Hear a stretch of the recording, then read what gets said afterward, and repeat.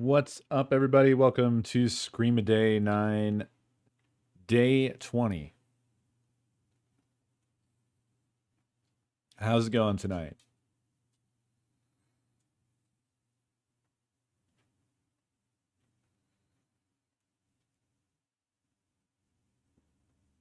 Hope you're doing well.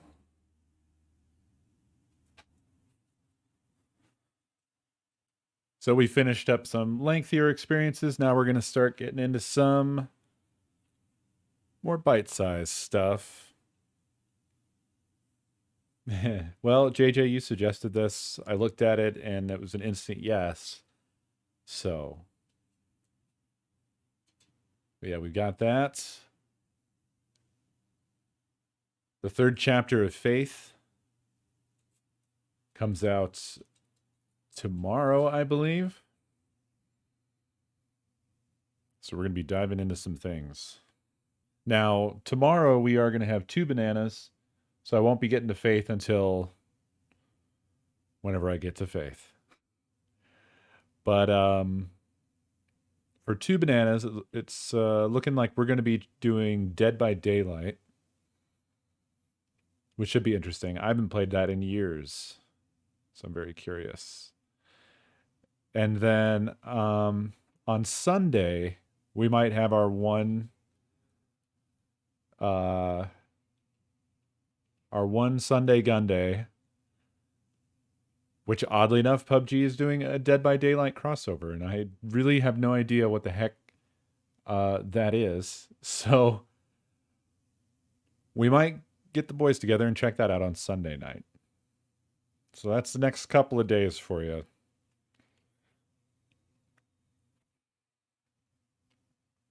Oh, and on Monday, that might be when Good and I finally do our making up for the missing banana stream.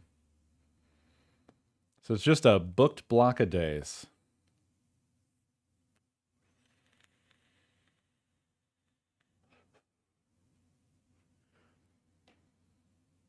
Might be more Devour. Might be something else. It's anybody's guess.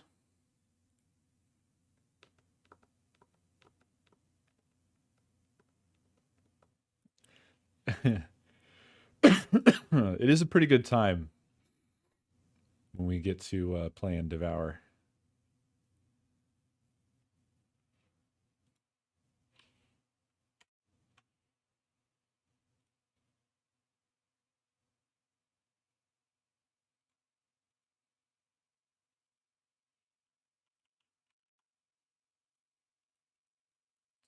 Okay, I want to switch over to the game.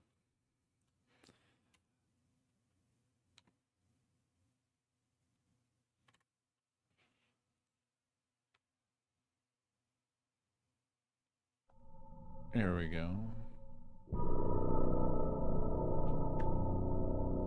Huge man. Huge man. Oh, my light didn't turn on. Why? There we go. I didn't even realize. Just sitting here in the dark. Foxborn, thank you for the biddies. Bodge, thank you for that gift sub. And Vellum, thank you for 40 months.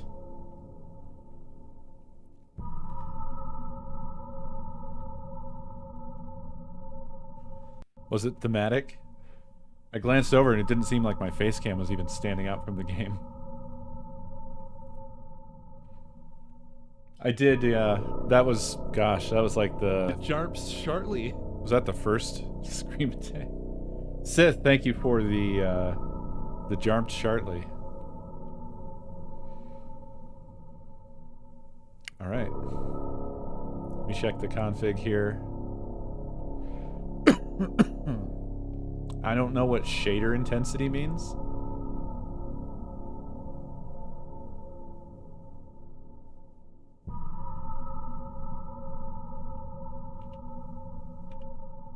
Oh, I see. It's the vibratiness of the everything.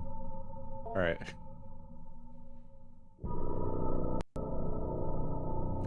Let's dive into growing my grandpa.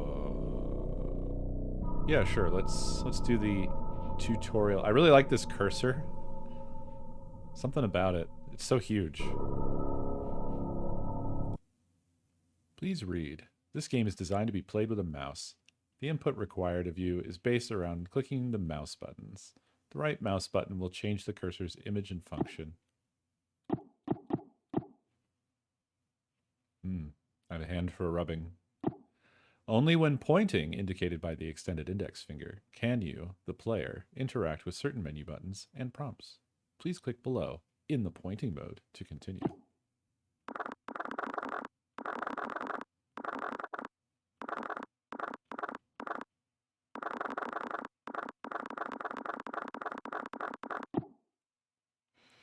The second cursor mode is indicated by the cursor's image featuring a hand extending all fingers. This mode concerns interacting with objects inside the world, mainly picking up an object and moving it to another position. To continue, please pick up the piece of trash on the right and place it in the trash can on the left. Shouldn't there be a combine here? Remember, the right mouse button will change the cursor's mode, but when holding something, the mode cannot be changed until the cursor is not holding something.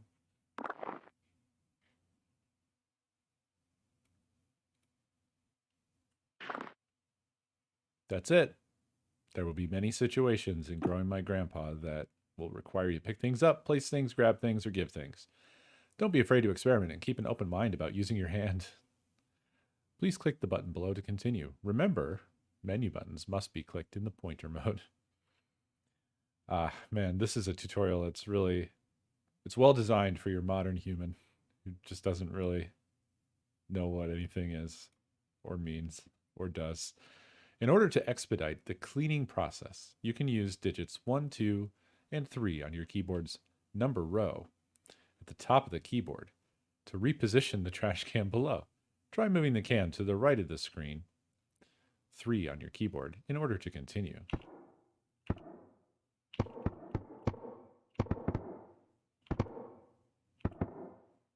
Well done. Please click the continue button to move on. And please remember, menu buttons must be clicked in the pointer mode.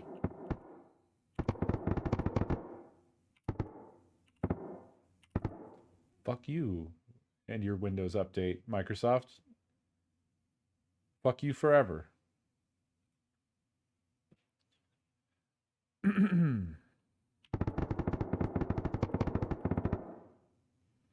A variety of video options can be changed at any time through the use of the function keys F3, F4, F5. Press F3 to adjust or disable shader effects. Press F4 to cycle through display resolution options. Press F5 to change cursor types. That says resolution. There are 3 cursor color schemes available, plus 3 left-handed variants of each color scheme. By default, Growing My Grandpa's display is scaled up by a factor of 2, and the shader is set at low. Hovering over the small question mark. Oh my god, there's a question mark up there. I did not notice that at all. Blah, blah, blah. Blah, blah, blah, blah. Thus ends the tutorial. I hope you enjoyed Growing My Grandpa. Infinite thanks to my patrons and supporters for believing in me and my work. Yames. Man, I wish I had patrons and supporters believing in me and my work. Week 1.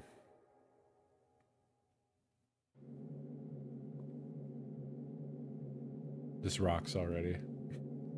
I love this a lot. I excused Adrienne during music class today and spoke with her about her recent string of demerits. It was our first time meeting outside of our quarterly evaluations, and I believe it went well.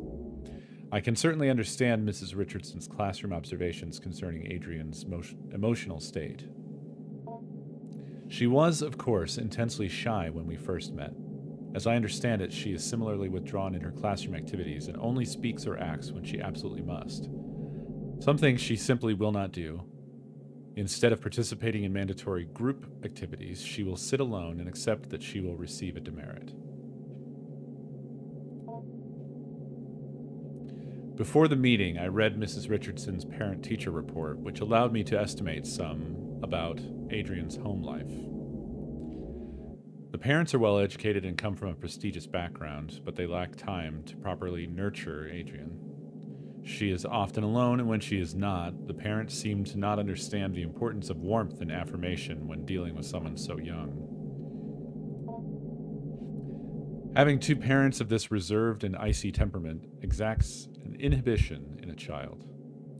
The child's imagination is subdued, but only ostensibly, for it eventually finds its way into regular life. I surmised that I would be able to reach out to Adrian by way of make-believe. Chloe, thank you for the gift sub. Nicole Protocol, thank you for 70 months. How are you liking your new house? You've told me you used to live close by, but it can still be a big adjustment. A new room, a new school. The basement. I like that. The basement? Yeah. Well, there's a lot of cool stuff. Mom and Dad sent me down there. Your mom and dad made you go? Yeah. But there's lots of cool stuff. Well, that's not why they sent me down there, though. Why did they send you down there? Fighting. They were fighting, shouting. I came in to help and they shouted at me. They said, go clean up downstairs. So, I went. That sounds tough. Do they fight a lot? No. Well, It's all right, Adrian.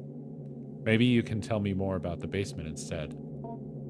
Okay. Well, it was weird at first, the stuff down there, but cool. I found something living, sort of. That's very interesting, Adrian. Please tell me more. By indulging her in her fantasies and stories, I was able to glean more of an understanding of Adrian's anxiety surrounding her home and parents. The symbols of Adrian's stories seem to carry their own traumatic weight, and her exploration of the basement may very well be a vehicle for the conveyance of her anxiety. Whatever might come of our next meeting, whether she will engage in similar make-believe, I will set down her story here. Adrian's story begins with her delving into the basement with a trash receptacle and the goal of cleaning up. She discovered one of the walls was covered in plastic bags. She went to investigate, intent on tearing away whatever they covered. Oh, that rocks.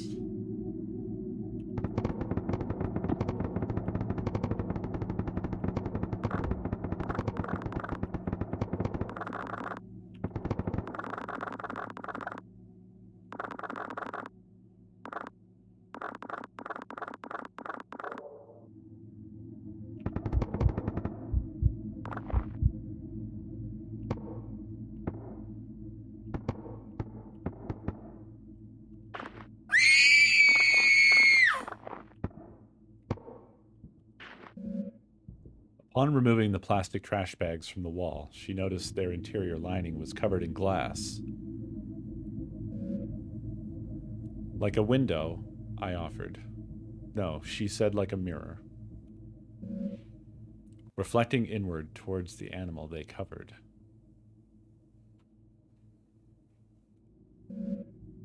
I gently asked her what exactly this animal was. Here is where the material reality of the story took a turn for the explicitly fantastic and imaginary. Upon her discovery of it, at her gaze, it grew or extended, its shaggy-haired self. Hair like the fur of a dog, I offered. No, she said. Not the fur of a dog, nor the hair on her head. It grew out towards her, the animal's hair, reaching out. It was hard, standing almost straight, like the hair on a brush. A bristle, I offered. Yes, she said. She was very afraid at first, but then very curious. I asked her what else was in the room. More things hidden away, she said.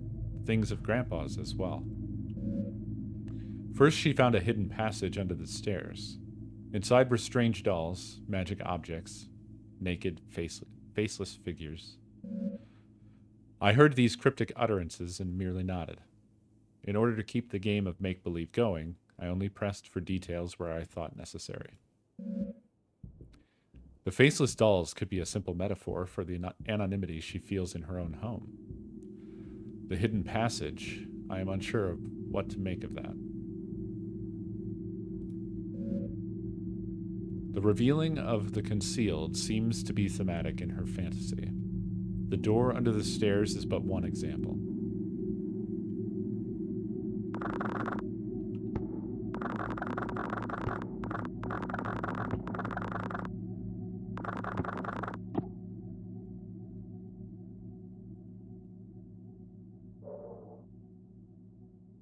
This is cool. I like this a lot.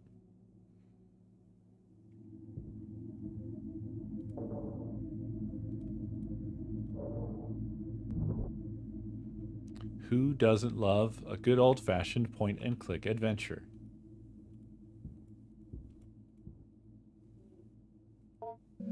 There's something knocking distantly. The darkness of the shadowy corner unnerves you. You cannot explore here without some form of light.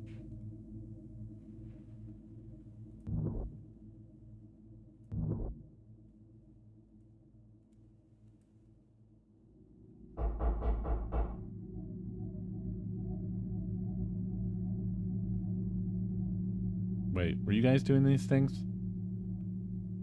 Evanthalin, thank you for 22 months. Jesse and Sith, thank you for the biddies.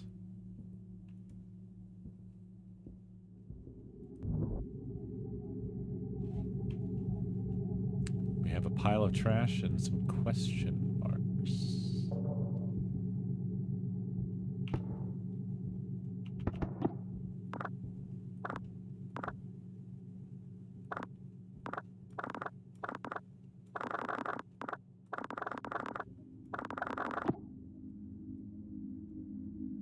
This doesn't seem to be trash that I can clean up.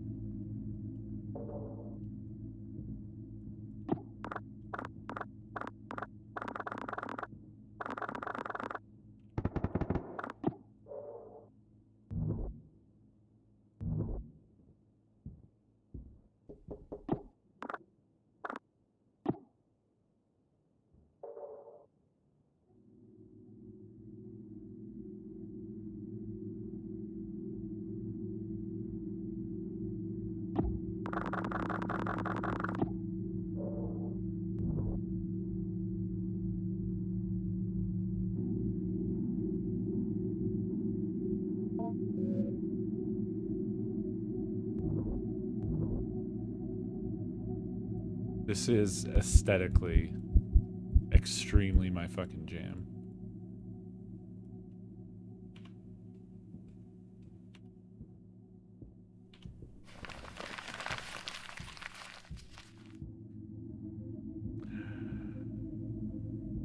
Sith, Whisper Dan, thank you for the biddies. Jesse, thank you for the gift subs. Very, very much appreciated.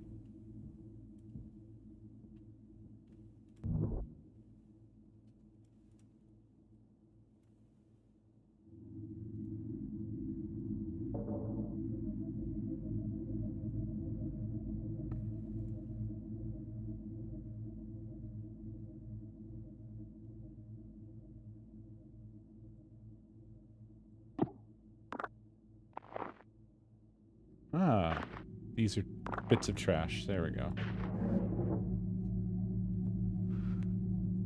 Once she removed the panel and found the magical hidden passage, she was very specific about what she took. She found a magic book, a magic doll, a photo of her late grandpa, and magic glue.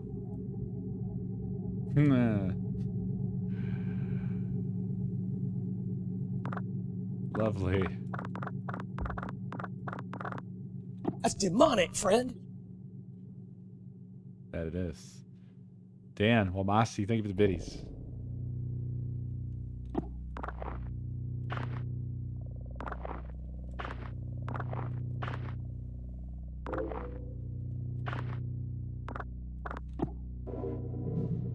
all-purpose glue.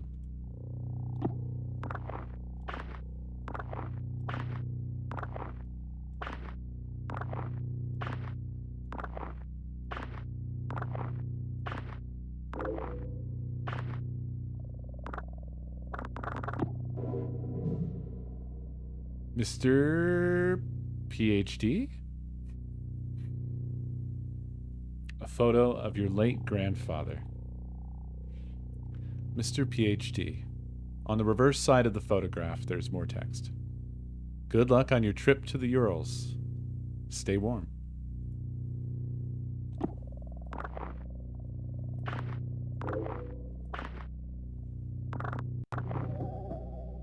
All clean. This space will not be dirty again until next week. Thanks for the heads up. Papers crudely bound together to form a book. The impetus of this research was the recognition of a particular pattern in fragments of documents relating to magic and magico-religious practices. Numerous sources were drawn from. Commentaries on laws relating to the banning of sorcery and necromancy, compilations of folk charms relating to love spells, hagiographs of saints and their encounters with devils.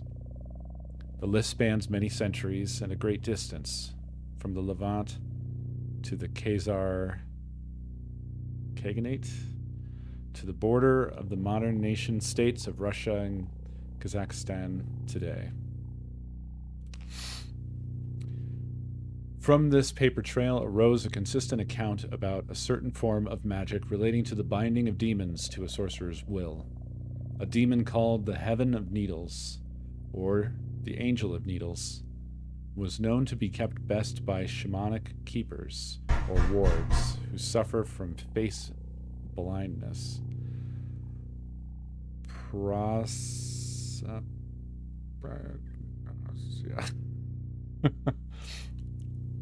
Whether by birth or through developmental causes like a stroke or a head injury. It was known to be extremely effective but terribly dangerous, so much so that it became outlawed several times and was generally a popular scapegoat relating to unexpected death. Zardath, thank you for the biddies. Sequenched, thank you for 3 months. This nexus of magico-religious meaning-making, sorcery regarding human-related desires, and the history and science of neurological disorders related to the fusiform gyrus is where the subject of this dissertation will reside. I will outline further and then analyze the historical sources I mentioned previously. Then I will go into the neurology of mystic and magico-religious experiences. After that, I will detail my ongoing correspondence with a resident of the Ural Mountain region who is an expert folklorist and keeper of traditions he claims have been passed down through his extended family for generations. Whew. I thought it was actually going to be the full paper. No escape. You will read all 600 pages right now. Take doll. Oh. A slouching doll. Its material is rough and coarse. I interrupted to ask what she did with these magical, mysterious materials. Grow Grandpa, she explained plainly. Shortly. Did that say Jarms shortly? Lord Terranix, thank you for the bits. Wamasi Loki, thank you for the biddies. Appreciate it. Grow Grandpa, she explained plainly. And then, without missing a beat, she continued on with her story. Feeling this was a potent symbol, I stopped her again to ask what she meant. Somewhat puzzled, I did not understand immediately. She explained slowly. Grandpa lives in a cage, or in the cage in the other room, the cage behind the door. They grew people in the cage.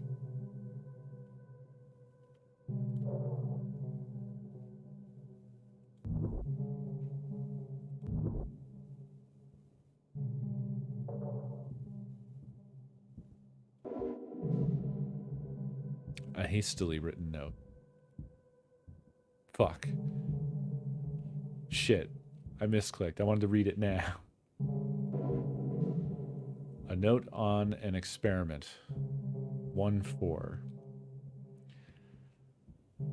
1. For the sake of university policy and the health of any future career you hope to have, you will abide by the non-disclosure contract you have signed. 2. Do not break the anthropoidic vacuum without my prior consultation and approval. 3. Any anthropoidic forms brought into the enclosure area must not be left unattended. When not in dormancy, the sample will attempt to take arthropoid shells. Please see shell notes for more on that. Is there an inventory? I feel like there isn't. I'll just never ever get to read that one note.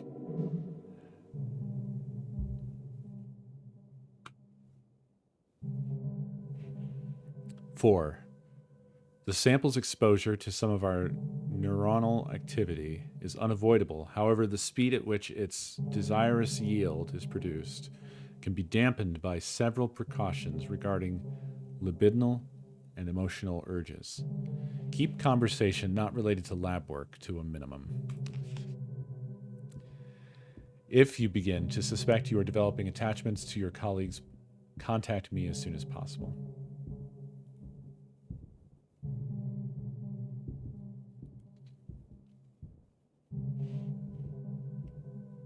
Ugh.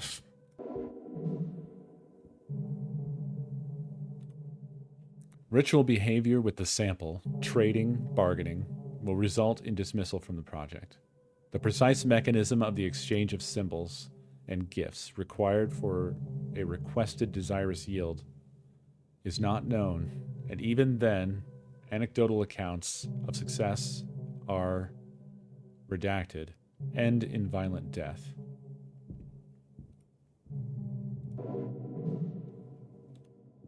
Regarding growth cycles, every time Whiskers regenerates and leaves dormancy, it is to be logged as a new propagation. The sample's bodily existence cannot be redacted, i.e., a part cannot be cut from the whole, so there can only be one living propagation. Propagations are to be terminated after 5 weeks. Any further development puts us at risk. Termination procedures will be posted and followed with extreme care. With all of that out of the way, I want to welcome you to the project. I look forward to working with you. Dr. Hart.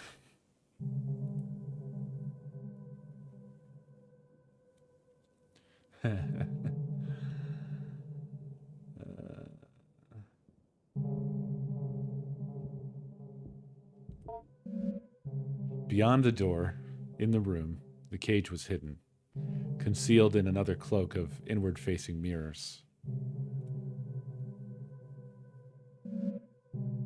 A hidden cage lined with mirrors. It is strange, almost poetic, the elaborate fantasy of self-reflection, concealment, captivity. Tarp.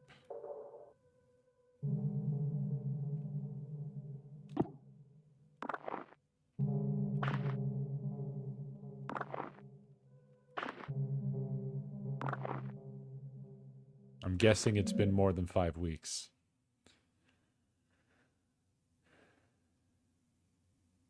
Green, thank you for 44 months. Tenosis, thank you for the biddies. At the cage, she finally cast her spell. But it was confusing, she confided, at first. She took the magic doll, the magic glue, and the photo of her grandpa, and she combined them. And she wished very hard. I can only assume in this fantasy that next her wish would come true. In what child's story would it not?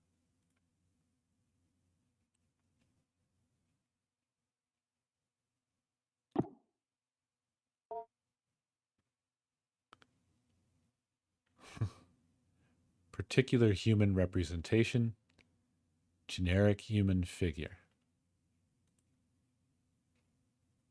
Grandpa. Dolly. Glued together. Fucking killed it. A tangible symbol of intention and desire. She put Grandpa in the cage, assuming that was part of the ritual. She was not clear on how it worked. What precise instructions she could glean from her grandfather's magic book was complicated by her reading comprehension. She wished with all her heart, and then she told me she waited a while for something, anything, to happen. And after that time, she began to cry. I cried really hard, she said. I wanted my grandpa to be back. I wanted my parents to stop being so mean. And it hurt me. It hurt me wish for Grandpa to come back, for my parents to be different. I could feel it through the walls, and it felt me through the air. I asked her what exactly she meant. She could only repeat what she said. By this time, lunch was almost over. I said goodbye to Adrian, and she left to rejoin her class. I was left to consider our conversation. I believe the storytelling strategy I have employed was not unfruitful, but I must probe deeper if I can. Although I can be sure of nothing I interpret, the impressions I get may begin to help me get an idea of the right questions to ask. Knowledge you acquired this week has given you access to certain topics or keywords you can discuss with Grandpa. You have gained the conversation topic, wish. Consider discussing this when Grandpa emerges. You have also gained the following keyword. You have gained the conversation topic, shell. Consider discussing this when Grandpa emerges. Week 2.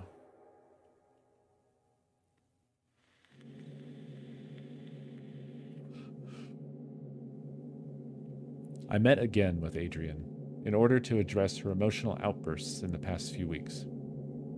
It is our second time meeting, and while it is a standard practice to have multiple sessions with a troubled student, as I assemble a report for the counseling department, I could not help but think, as we sat down in my office, that Adrian already seemed to show a remarkable change in self-esteem and confidence, and perhaps my and Mrs. Richardson's estimation of her as emotionally disturbed was erroneous. The paralyzing shyness and withdrawn attitude Adrian possessed last week was not entirely diminished, but she seemed to hold herself differently this week. However, this only lasted as long as our conversation pertained to initial introductory pleasantries. When I began once again asking about her parents, her feelings regarding her new school and her new home, she quickly lost what new confidence she had gathered up and withdrew again into herself. So, once again, I partook in some collaborative make-believe. But this time I was aided by the fact that I had managed to do some research into Adrian's grandfather, and I had some insight into what she might actually be finding in the basement. Now, this may be overstepping my bounds as a school counseling caseworker. But this was all in the service of making Adrian comfortable and happy in this learning environment.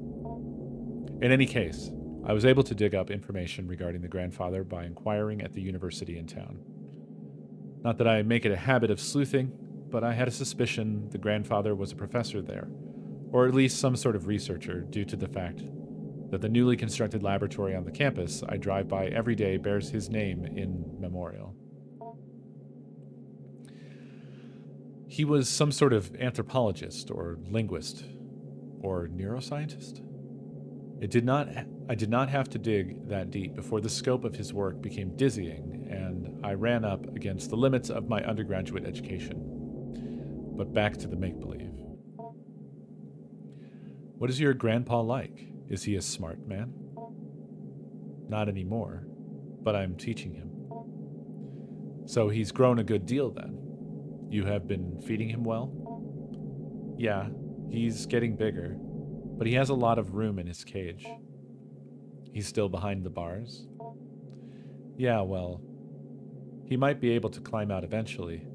There's this vent in the ceiling. Well, perhaps if he climbs out, I could meet him someday. Yeah, maybe. But he's not ready to leave. He can't take care of himself. I have to feed him, pick up after him. Ah, you store the food in your lunchbox? That's nice of you to share. He can almost talk. You cannot speak with him? He doesn't have a mouth, sort of. But how do you feed him?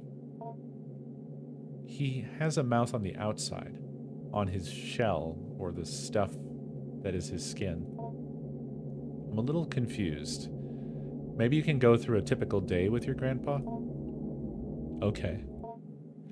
I asked her to explain how exactly she goes about growing her grandpa, and Adrian began another tale. According to Adrian, in the week that had passed, much had changed in the basement.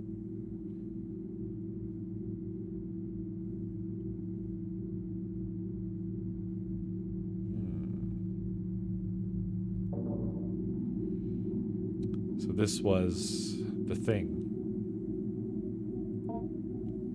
The hairy thing that was here before is gone.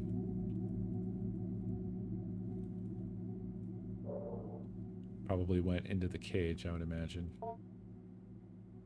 All right, all right.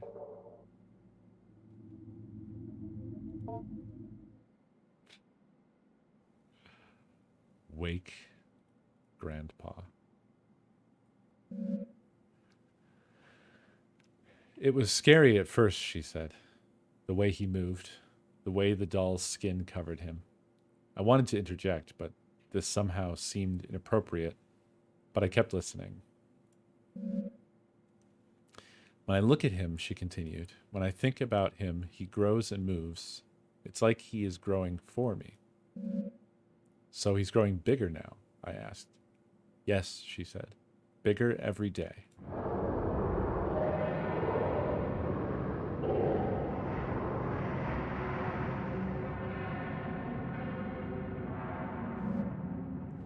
That's a huge man, friend. Whisper Dan, thank you for the biddies.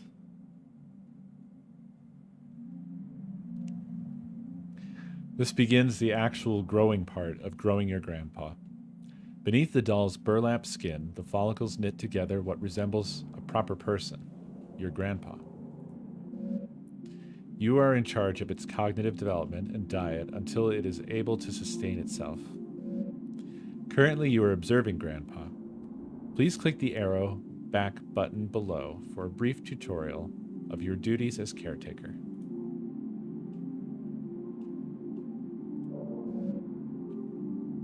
Here we can see a variety of options regarding growing your grandpa. Highlighted in red are objectives related to feeding and teaching Grandpa. Important messages regarding Grandpa's recent activity will also appear here. You will need to find it food and learning material before you can move on to the next week. Some foods will make Grandpa happy, others merely content. Some food will make Grandpa disgusted to the point of nausea. Learning material is also scattered throughout the basement. Seek out vocabulary cards intended to help teach English and basic anthropoidic concept formation. The options highlighted in red are related to navigating around Grandpa's enclosure. The Go to Grandpa option will let you perform all actions directly related to Grandpa, feeding, teaching, observing, etc. Accessing the Study Corner will let you go over any documents you pick up as the weeks go by. Oh, good. It's a good idea to learn about the work of the people who last occupied this space. Accessing the Kitchen Corner will let you search for food in the old refrigerator and prepare food for Grandpa if need be. The Help button will replay this tutorial. The Save Game button will save your current progress. You can only have one save file at a time, so if you have saved data, you will be asked if it is okay to overwrite it. The Exit Game button will take you back to the main menu. More buttons may or may not appear depending on your development of Grandpa, so watch out for them. One final note. Take care to explore the basement at your leisure. However, due to the entropic nature of clutter and trash, different weeks may allow you to find things you had not previously discovered. Good luck! All right, so that note, the lost note,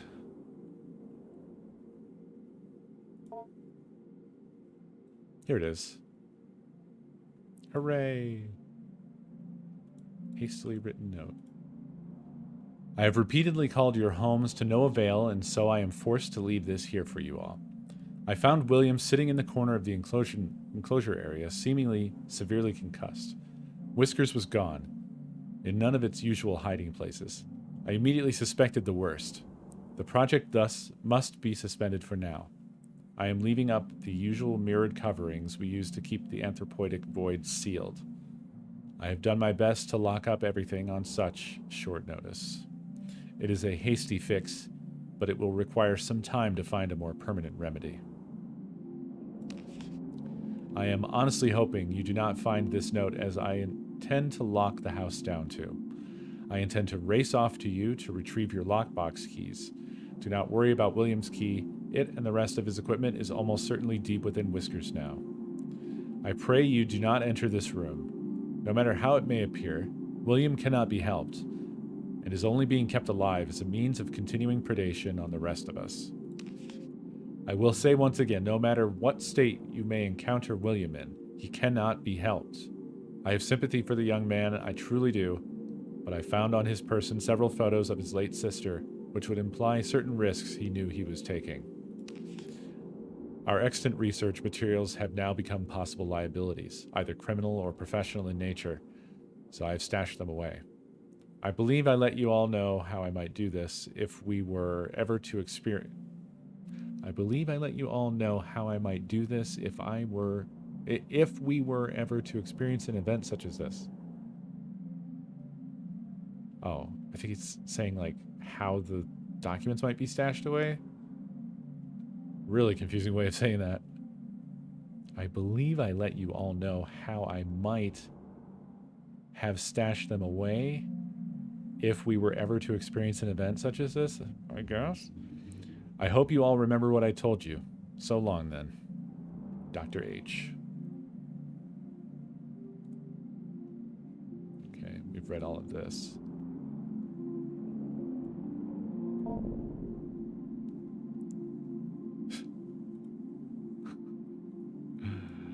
Are these anthropoidal educational materials? Oh ho. They were lies. These were stashed. This is the stash. A set of procedures regarding disposal, internment. 1. The researcher will seal off the enclosure bars, ensuring minimal gas leakage during the later fumigating process, and then retrieve the burn barrel and place it near the enclosure. 2. Allow at least 48 hours of time where the current growth cycle experiences no human-related stimuli. Do not enter the enclosure area, nor any part of the basement. Ideally, you will not be on the grounds at all. 3. After 48 hours, 2 researchers will enter the basement wearing their assigned mirror mask, mirror apron, and powered air purifying respirator. The researcher will use the vent system to fumigate the enclosure area. Wait 30 minutes, and then use the fan system to ventilate the enclosure. Keep the fans running during steps 3 through 4. 4. Re-enter the enclosure area wearing your assigned mirror masks and aprons. The organism may or may not be in complete dormancy. If it is not in full dormancy, be assured that its capacity to act against you will be greatly diminished. With your assigned powered drills, quickly remove any enclosure bars needed to access the organism. Put them aside for later reinstallation. 5. Put the organism into the burn barrel. Incinerate the organism thoroughly. Wait for any smoke to be properly cleared by the fan system. 6. Turn off the fans. One researcher will retrieve the nucleus from the ash and place it into the mirror box. The other researcher will sift through the ash and place any other substantial remains in the biohazard bin in the room outside of the enclosure area. The bin is locked for safety purposes. The code is 323-245-0451. The researchers will fill out a termination form and leave it for Dr. Hart. 323-245. We'll need to remember that probably. You have gained the conversation topic, Biohazard Bin. Consider discussing this when Grandpa emerges.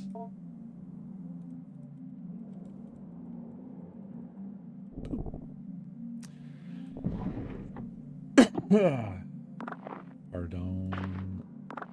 And moi.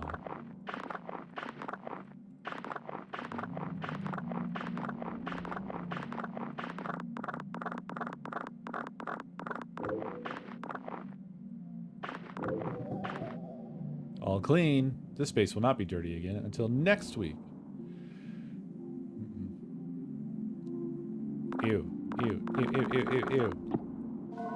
Cashews. Oh, it fucking looked like intestines. It looks edible. Grandpa might like this.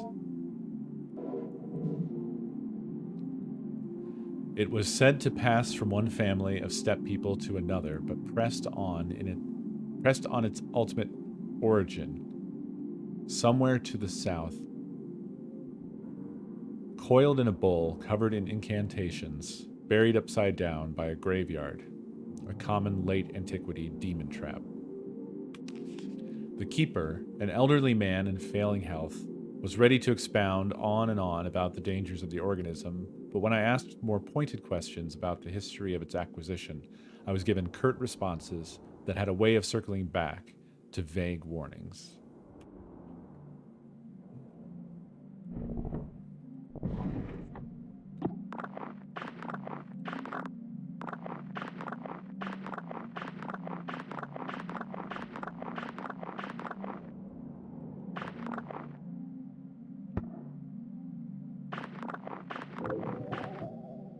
All queen. Vocabulary card, Grandpa. Teach Grandpa this word to read the notes of past educators.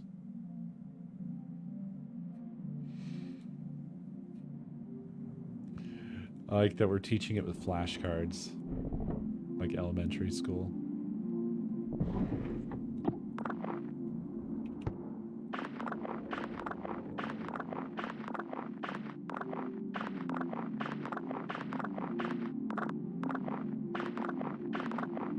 More trash is appearing as I do this.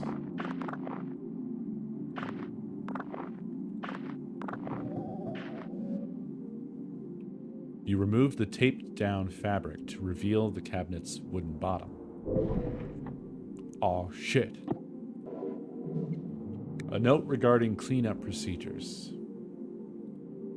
To my colleagues, I don't mean to be overly severe in tone, but Dr. Hart's work is very important, and the material we are working with is potentially very dangerous. I will be handing out a copy of this note as a reminder to everyone. I am not trying to single any particular person out. We all have misconceptions about the nature of this project from time to time. With that out of the way, here are some things to keep in mind.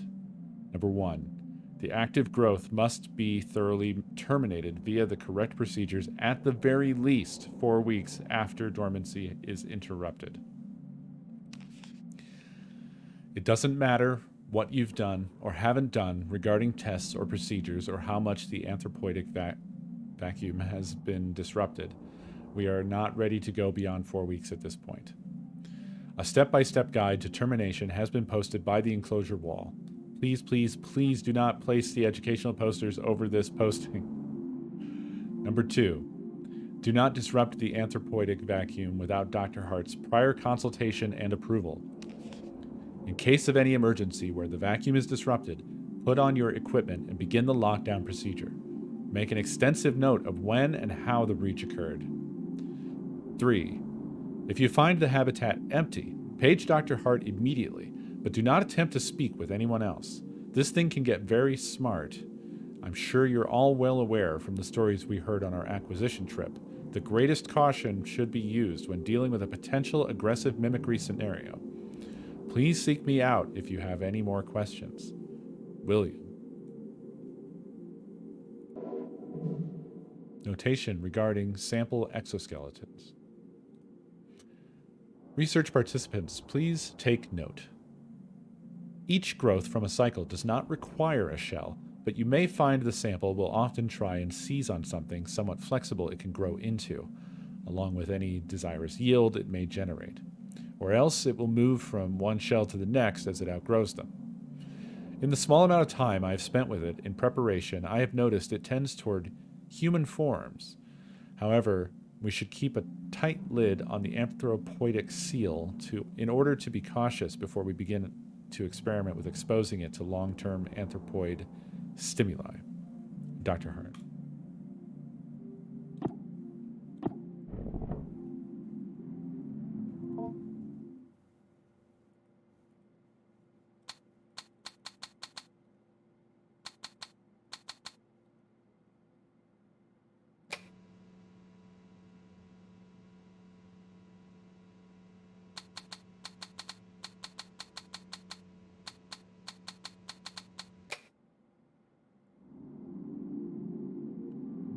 Neat.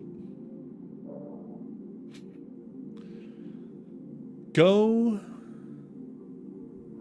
to Grandpa. Observe. You examine Grandpa, noting its movements, respiration, and general mood. Grandpa seems sort of sluggish and bored. You get the feeling it may be more content and readily cooperative once fed and taught a word or two. That's demonic, friend. Loki. Dan, thank you for the biddies. Silent Munchkin, thank you for 13 months.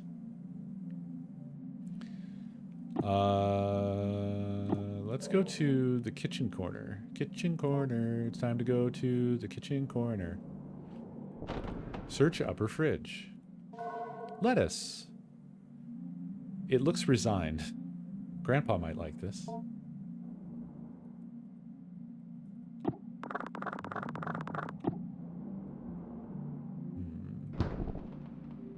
Search lower fridge. Brown banana. It looks edible. Grandpa might like this. Don't ever let a child feed you. Be it in this game or real life. You will die. Are we going to glue them together? Soft fruit or vegetable.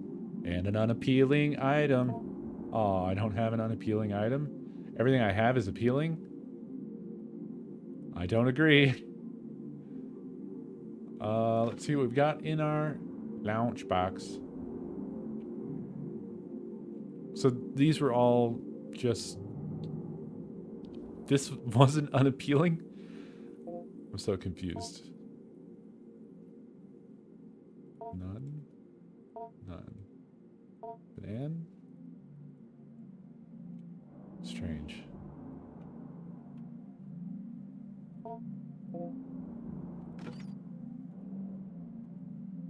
I can't interact with these here. I'll have to search the basement for more. Let's do that.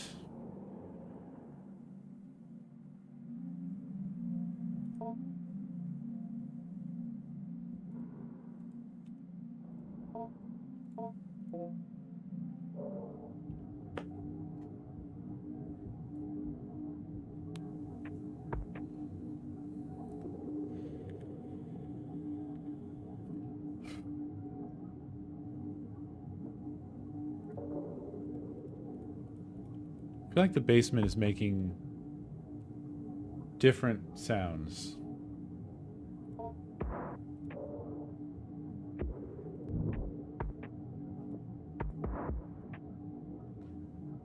Oh, there's a bulbous growth. Maybe that's edible. Examine trash. Trash pile. I love to clean up trash. Cleaning up trash. Ooh.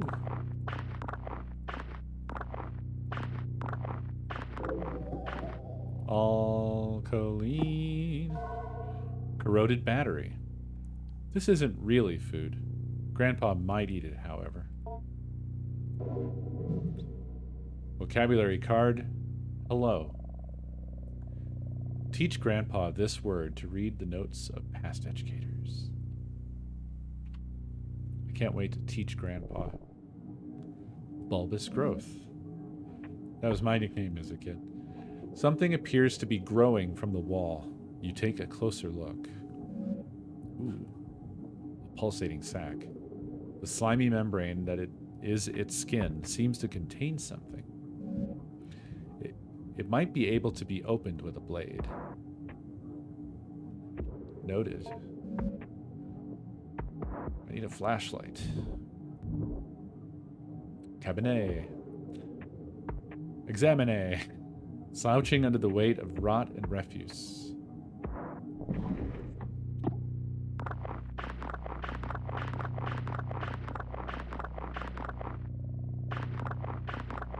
Cleaning up trash any percent. PB.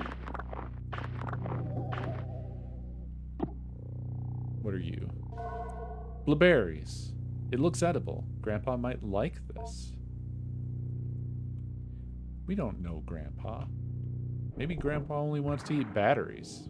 Maybe this just turns into this thing where we're constantly having to look for more and more batteries. 'Cause that's all Grandpa will eat. Corroded batteries. This drawer has faces in it. Many, many faces. All clean. An account of an acquisition. Before we began, he had us all cover our faces completely. An earthenware pot was illegible, and on the inside, as we stole brief glances at it, we could see the interior was inlaid with mirrors. The illegible gave it small pieces of dough, spoiled food, chicken feed, illegible, keeping it content. The keeper gestured towards the small bag where the food composted and told us to be careful not to feed it any meat.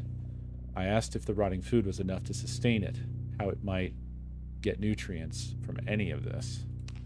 The keeper regarded me seriously and said it did not matter what it was fed. The act of feeding itself was what mattered. The act of feeding flesh is another act, however. He then gave me another series of grave warnings regarding not keeping any animal-derived foods near where I might be keeping it. All right. Batteries it is. Safety. 1951.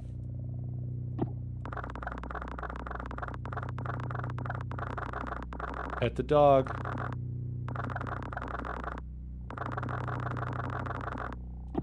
Special boy. Special friend. Good dog.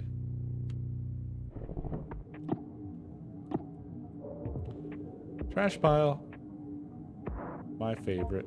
Something about that painting looks strange.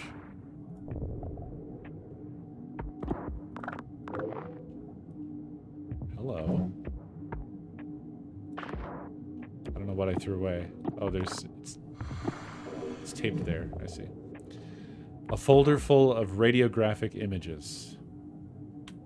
Hell yes. I'm so excited to check that out. This game rocks. Rocks, rocks, rocks.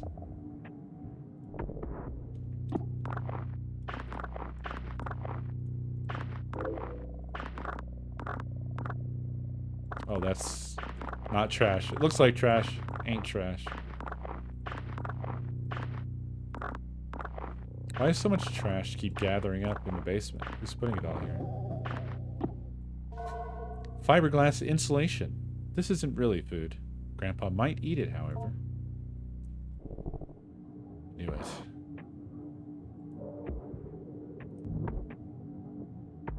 Trash pile. Examine. The waste here smells particularly strong. Oh It's a weird little doll. Kind of reminds me of the paper dolls from Spirited Away.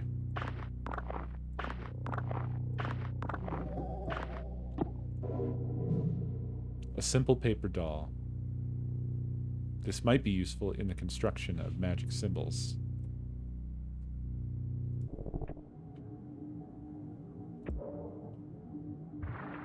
Sounds good to me. All right, kids, I think it's time to head to Kitchen Corner. Boop. Boop. Boop. Yay. That's all we can do.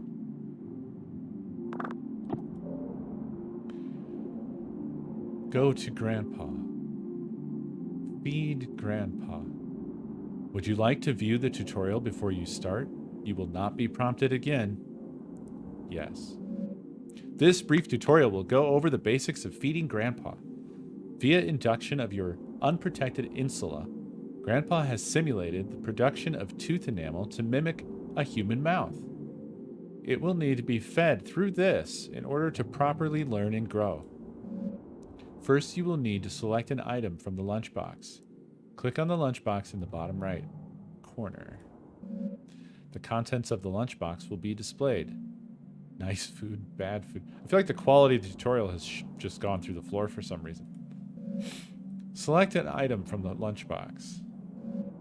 Doing so will fill your hand with this item. Note that any food can be put back into the lunchbox by clicking on the lunchbox with a full hand. Before Grandpa can be fed, it must judge the food by smell. Hover your hand above Grandpa's olfactory bulbs. If Grandpa is pleased, it will allow you to feed it. Most foods Grandpa will accept. However, getting Grandpa to consume other things requires some culinary deception. When Grandpa is willing to be fed, hover your hand over its mouth and click. Grandpa will then consume the food. Good luck on feeding Grandpa.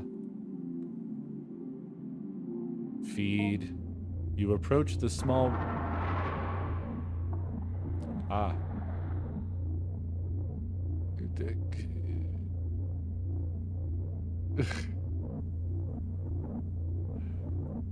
Okay, the nostrils are somewhere here. That's demonic. Calm.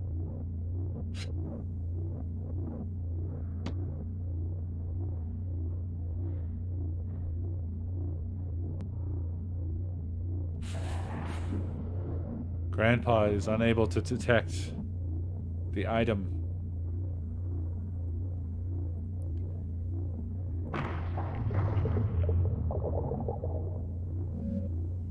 Although quickly consumed, the meal seems to be causing some indigestion. And with a sudden lurch, Grandpa empties its stomach onto the floor. The contents pool together in front of the cage. Click on Grandpa's nostrils. Oh, I guess we're done here. You step away from the window set in the bars. Grandpa makes a plaintive whine, clearly disappointed in the lack of sustenance. It dejectedly locomotes back to its favorite corner. 0 digestible food. 1 other.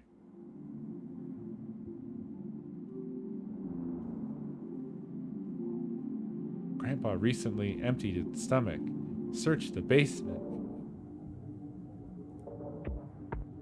Can I search this room? Really? I guess not. Oh, I think I know where to go, though. I mean, I should look here, right? No.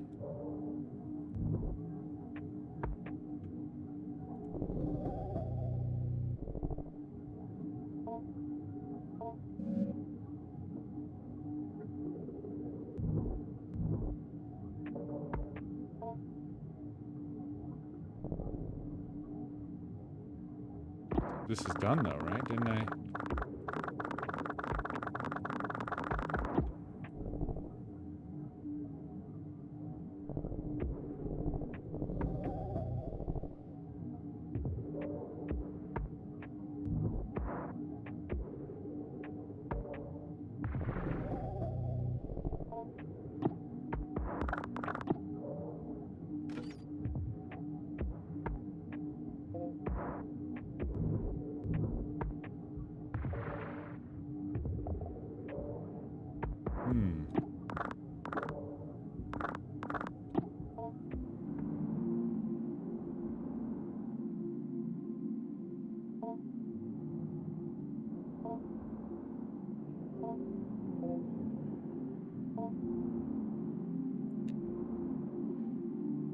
Hmm.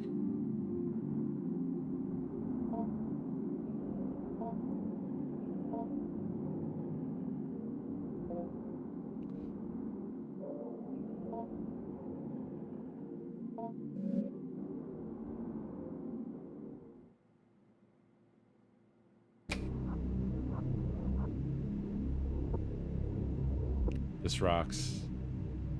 Propagation number 21, day 19 after dormancy. Nth vacuum broken. Yes. Term at 21 days. Intriguing results with regard to the mimic hypothesis. A participant entered a sealed chamber adjacent to Whiskers, growth cycle number 21, which had been freed from the anthropoidic vacuum constructed quite economically from plastic and broken mirrors. The first propagation's original earthenware vacuum was shattered during the move-in. Between the two, there was a semi-opaque glass panel that allowed observation both ways. The human participant was asked to think of someone in the popular consciousness, fictional or no, and cogitate on their image, personality, face if possible, voice if possible, etc. Our participant chose Jesus of Nazareth, and weekly repeated exposures to the participant's imaginings. Propagation number 21 began forming what resembled an anthropoid Nazarene in the fold of its spines. Previous human-oriented tests have always bore out a result that Whiskers would form an anthropoid team member, be it me or Dr. Hart or Gerald, and we assumed it was merely mimicking one of us. Dr. Hart has always contended the desirous yield, or the anthropoid reproduction Whiskers creates when in contact with human beings, has always been based on the conception in relation to the person through someone else. With this framework, the desirous yield is not actually a replica of a person, or if it is only a replica of the fiction of a person generated in the mind of another. This desirous yield was not Jesus Christ, but the participant's image of Jesus, assembled from their religious upbringing, religious artwork, depictions in popular culture, etc. This radiograph was taken right before the destruction of the growth cycle while Whiskers was rendered unconscious via fumigation. It seems like with every successive propagation, the stem cells in the organism work a little faster, but I'm not paranoid. It's technically deathless, yes, but we're burning up whatever knowledge it's gained when we incinerate it. I don't believe in magic just yet.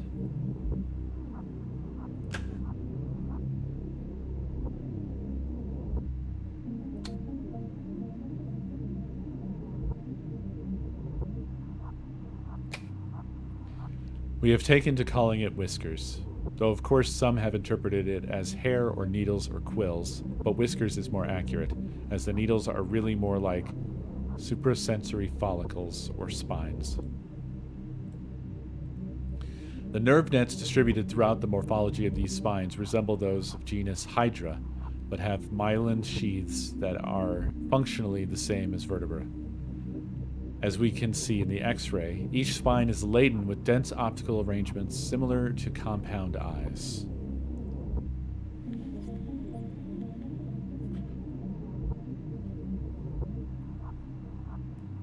The Hydra connection is assuredly worth investigating with regard to the organism's capacity for regeneration and anecdotal deathlessness. It certain is a robust enough creature to inspire marvel that is not untinged with fear.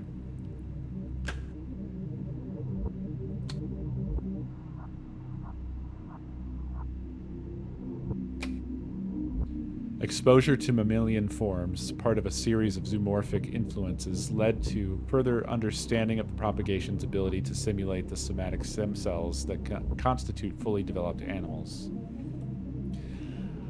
I write simulate in the previous statement because examining the tissue of each propagation leads me to believe its amazing capacity for accelerated growth of vastly different forms comes from its cell-level mutability. And yet, at no time does it function as the thing it becomes, except in the sense that it mimics it. That is to say, when Whiskers is removed from dormancy and replicates a rabbit's morphology, it is not seeing from the rabbit's eyes, nor smelling from the rabbit's nose, but pretending that it does, and doing a very good job of it.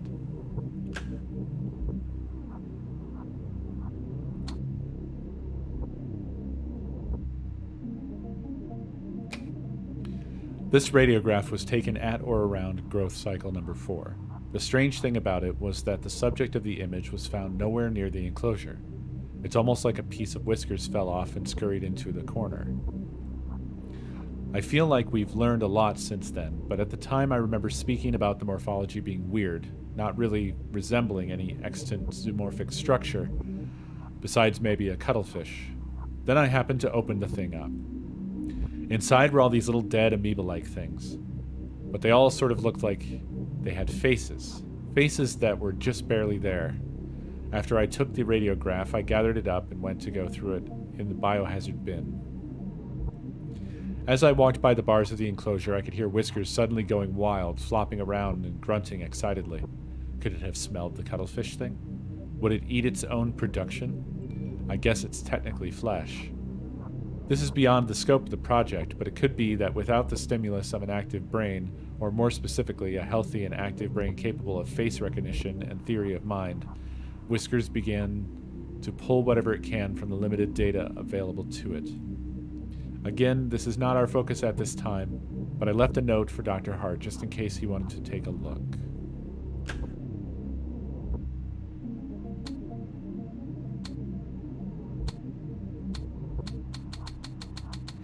This shit rocks. It's really good.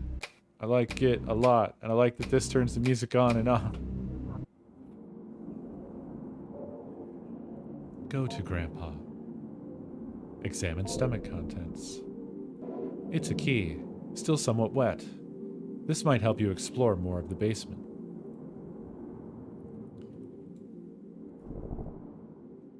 I don't know how this person or persons came up with that writing, because it's so really good. Clearly, I'm not the writer. It's just good. Has a lot of the right words.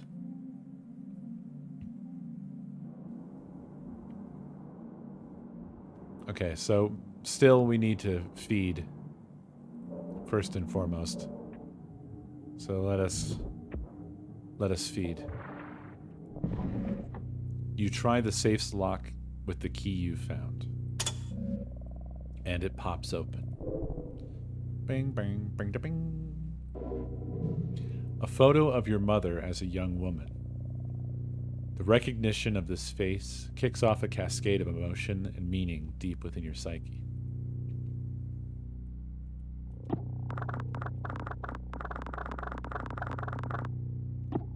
That's it, huh?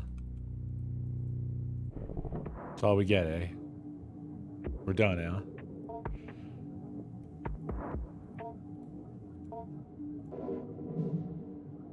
A tangible symbol of intention and desire.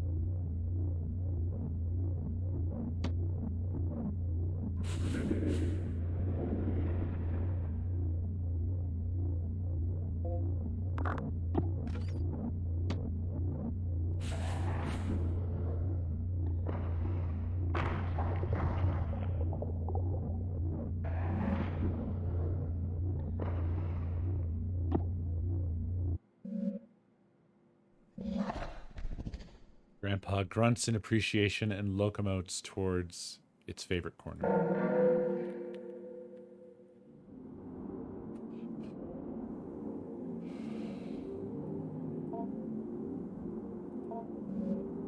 You examined Grandpa, noting its movements, respiration, and general mood. Grandpa seemed sort of sluggish and bored. Blah-de-blah blah, it's the same thing we saw. Teach Grandpa. Wait. Hold on. Attempt to communicate. No response. I just wanted to check. Tutorial. Example. This brief tutorial will go over teaching Grandpa pronunciation and vocalization. The vocabulary word you picked will appear in the top left corner. In the bottom right corner will be a pentagon that is divided up into 8 sections. A section of the pentagon will be highlighted briefly. A notification sound will play, and soon another section will be highlighted. You will control a small round icon that sits above the pentagon by using your mouse. The ball is constrained to the limits of the pentagon. The goal is to keep your icon over the highlighted area and move it as the area changes sections around the pentagon. When you hold left click above the correct highlighted area, the icon will start to vibrate along with the simulated vocal cords, and the current letter of your word will begin to turn red.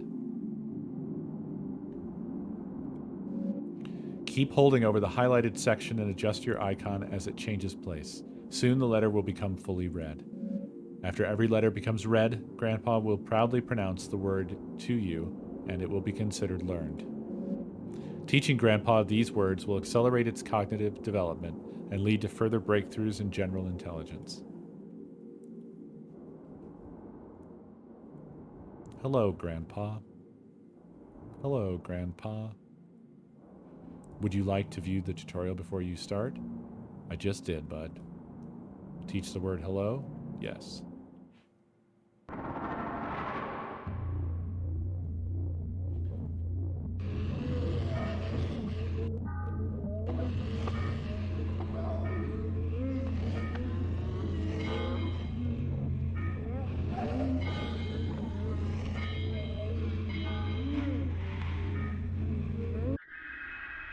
Deep within Grandpa, strange membranes phonate confidently. Hello. Having completed the lesson, you take a look at the back of the vocabulary module card and the notes there written by administrators of the past.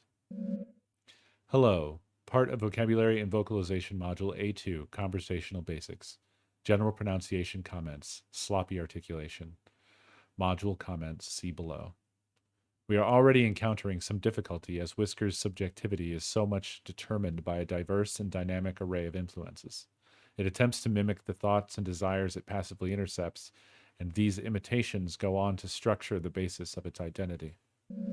Only later in Whisker's growth cycle does it begin to form an identity, or identities, that are coherent and capable of resembling a sane, rational human being when engaged in conversation. One must imagine how hard it would be to converse with someone who is not yet oriented in one particular way towards who or how they are, because they might have 20 different honest answers to those questions, all of them mixed and muddled together. Because of this, we have started with the basics of conversation: greetings, partings, identifying one another, forming questions, etc., etc. It is fortunate Whisker's current growth, number 19, I believe, has developed a mostly accurate human mouth simulation. Hello was a bit of a challenge in the previous growth, as it had failed to develop an adequate organ to act as a human tongue. You step away from the bars and store the module card at the document table. Go to Grandpa. Teach Grandpa. Grandpa, Grandpa. Yes, Grandpa.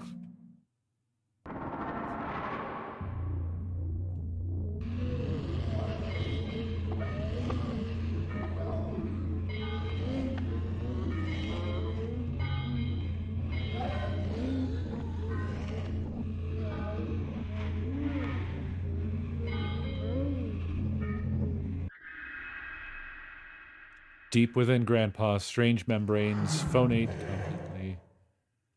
Grandpa.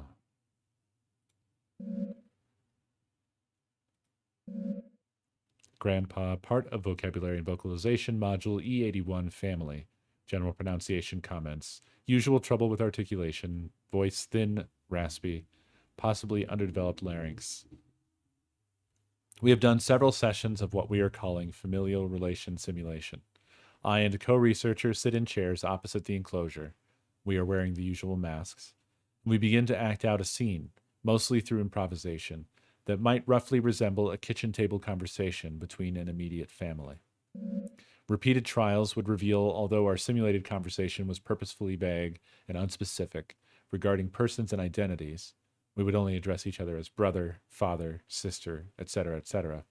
It soon became apparent the encoded information and associations we unconsciously drawn upon when hearing and speaking these words was picked up on by Whiskers and its psi-type field of reception, interpretation of brain-mind events, semantic content.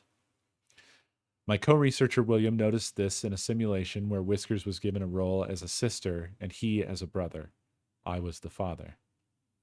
Whiskers began responding to certain prompts with unusual specificity, as well as a general pattern and timbre of speech that continued with unusual consistency. As soon as the simulation ended and we left the enclosure area, William let me know that Whiskers was almost certainly drawing from encoded memories of his late sister. Mapping out exactly what regions and centers of neural activity are intercepted by the psi-type field will take extensive neuroimaging that we do not have at this site.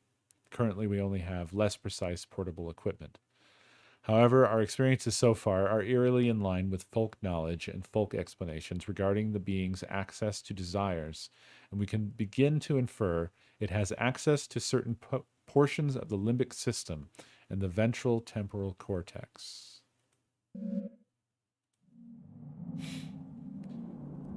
Boop, bam. Bippity bop boop. End week. You did it. Yes? Goodbye. Bye.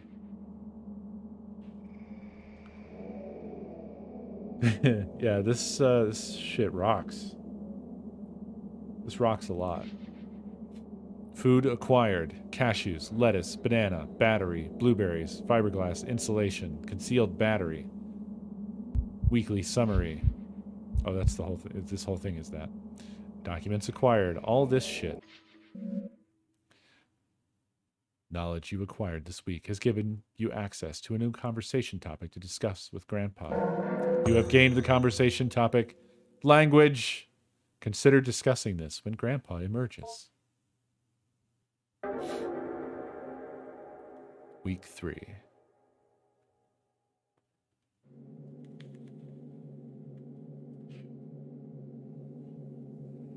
Mrs. Richards approached me the other day in order to remark on Adrian's development. She noted how much more at ease she appeared when called upon in class or when asked to participate in group exercises. I told her I had seen this change happening as well, and that as much as I would like to take credit for it, I can only guess dimly at what might be reshaping her attitude. Mrs. Richards posited that it was perhaps Adrian's family moving into their grandfather's property that caused the change. It apparently is out in the country, in a wooded area full of wide open space and far from the bustle and noise and help of the city. The grandfather, Dr. Jacob Hart, had jointly purchased the land with the university he was employed with and began constructing what he was intending to be a satellite campus for a burgeoning psychological anthropology program he had a hand in establishing. Only one building ever ended up being constructed after Dr. Hart died in a car accident when driving back from the property one day. Eerily, at almost the exact same time, a grad student who was assisting Dr. Hart on some sort of project at the property vanished without a trace. The property sat in disuse for years as it was tied up in legal battles between Dr. Hart's next of kin, the university, the vanished grad student's family, and the other students Dr. Hart was working with. Eventually, the case was settled out of court. Only recently did the property fall into the possession of Adrian's mother.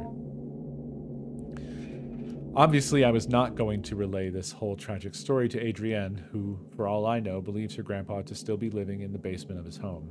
Besides, I thought, she might already know all of this. Perhaps the elaborate story she was constructing was her own way of escaping the morbid details of a life, or perhaps lives, cut short by the cruel force of fate, and the cynical adults who squabbled in the aftermath. I determined perhaps the storytelling she was and continues to engage in should not be encouraged by me, At least not in the way I went about it before, where I made active inquiries into her strange fantasy of a semi-sentient ball of skin. When I saw Adrian, I did not bring up her grandpa or ask questions about his growth. Adrian could not stop talking about it, however. I had no choice but to weather her bizarre and enthusiastic effusions about her new best friend. Adrian, maybe we can talk about something else. I'm not sure I'm following you exactly. He's gotten so big. He has so many whiskers that come out, and I can see them move around when I think about him. I'm not sure what you mean. I'm so happy Grandpa is back. He's so much cooler than Mom and Dad. Once again, for what it's worth, I have put down the story she told me as best as I could. Adrian once again told me about growing her grandpa.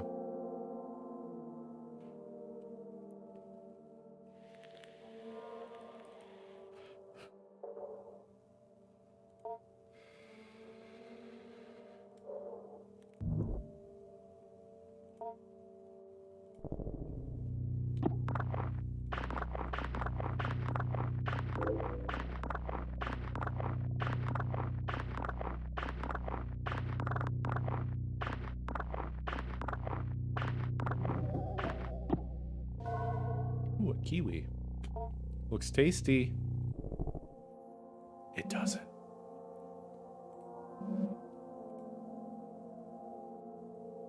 Need to find a sharp edge.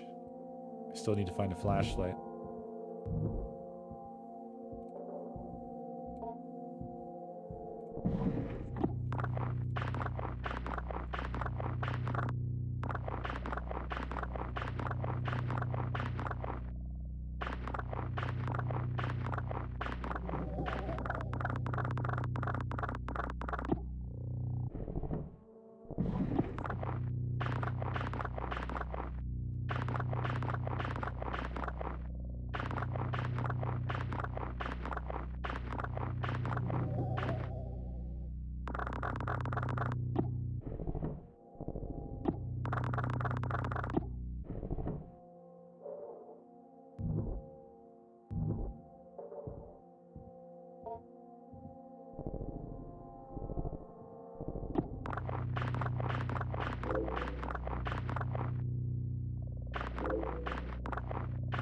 Jackpot, baby.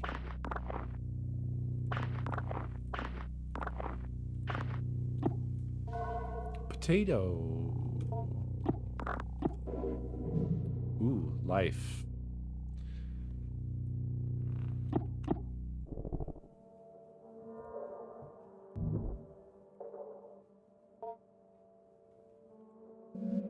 Yet another pulsating sac grows in this corner of the basement.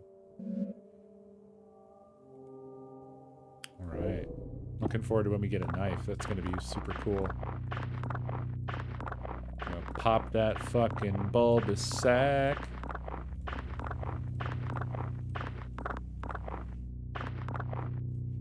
Just like mine. Indecision. Alright.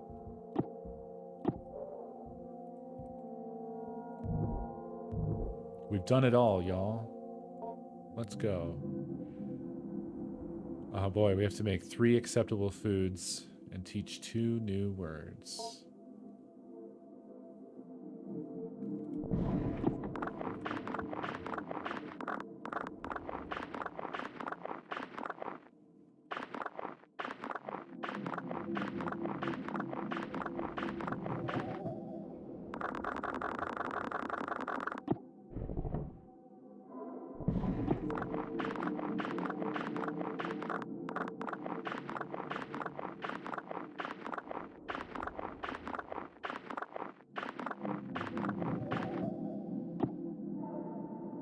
Oh, I didn't try to communicate after teaching those words to Grandpa. I feel bad. I should have tried that. I feel stupid.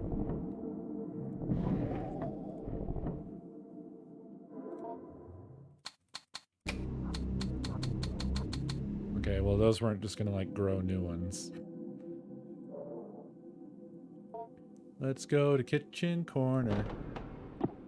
Something new in the fridge. A pear. Right. A dang old strawberry. Okay. Potato and pear. Fiberglass insulation. I think that would go good inside of a potato. Maybe a pear actually would be better. A powerful pear. Very strong.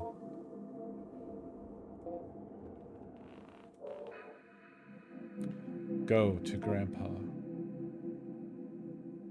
Observe Grandpa. Grandpa's like right up against the bars, huh? You examine Grandpa, noting its movements, respiration, and general mood. Grandpa's gums are bleeding slightly, and its skin seems overly dry. It may need a food packed with vitamin C. A kiwi fruit would be an excellent remedy. It's got fucking scurvy.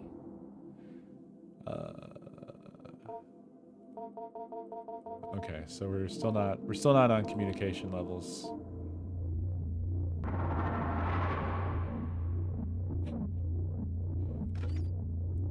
All right, buddy. Here it comes.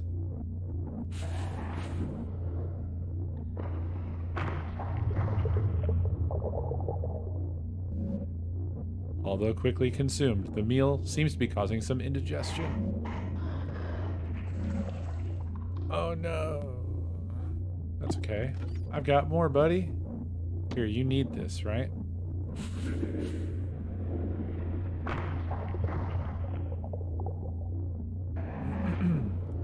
Sufficient.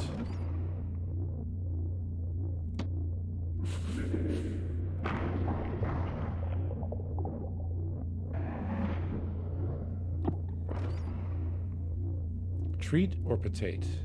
I'll go with treat. Oh, apparently it doesn't give a shit.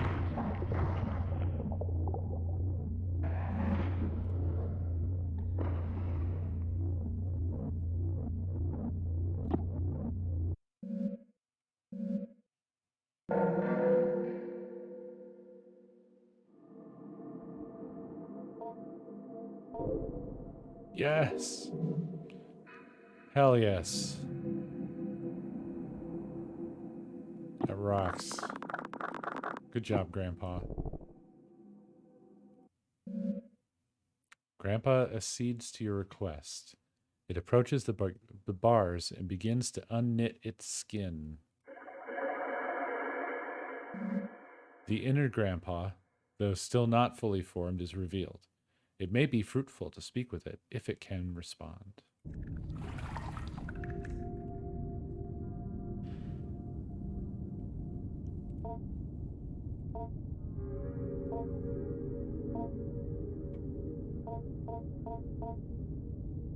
Ask about wish. Grandpa still struggles somewhat to speak due to its underdeveloped tongue, mouth, and jaw. However, it manages to rasp out an answer. Hunger is not enough. On the walls of the cave, the auroch can be hunger transformed. Desire is fulfilled by pain. Your grandpa doesn't have the right words right now. I can only say, I love you. Love is not enough, though. Desire is not enough. Project it outwards. Make it true to yourself. If only in symbol, then it will be enough. For me and for you.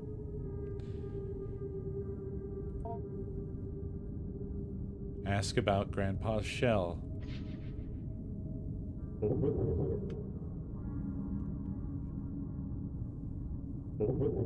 Something to grow in. My skin is not the doll's skin. My skin is not like your skin either. I can still feel your eyes on me inside my shell.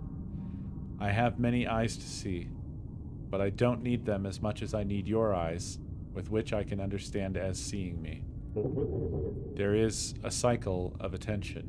You give me myself, but I am still not that. Slowly I form a human shape, and you see me more as human, and I become that. Ask about the biohazard bin. They kept putting me in a box, sleeping and then set a light, and then in a box in the corner, in the darkness.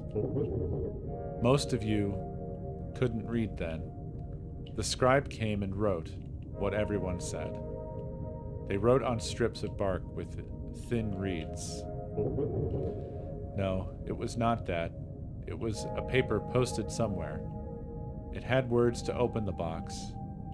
I was half dead in the box. The part of me that dies was put there for a long time. That part of me and other things they threw in, a refuse pile, papers they discarded. Ask about language. Grandpa still so yeah, I've already read that part. Grandpa is old. My lives were easier before I made myself to speak and before you made clothes to wear and rules to obey. Your grandpa remembers. I have learned much in many lives and deaths.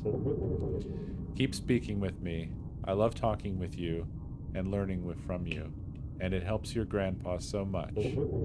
Soon I will be everything you would like me to be.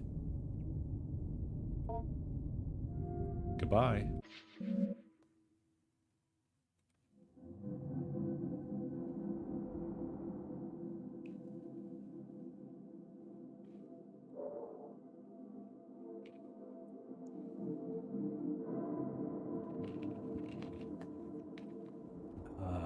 This is awesome.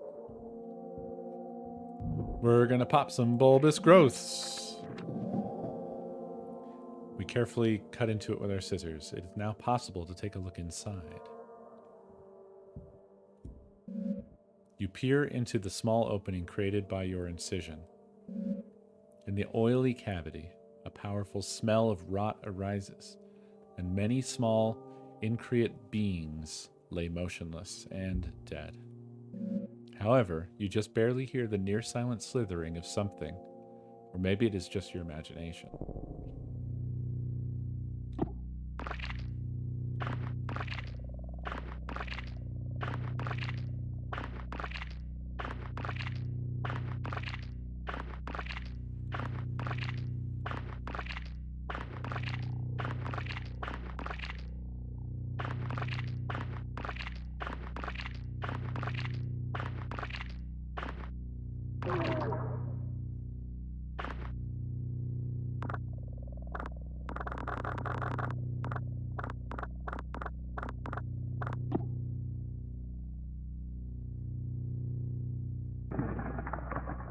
Anthropoid Remnant 1.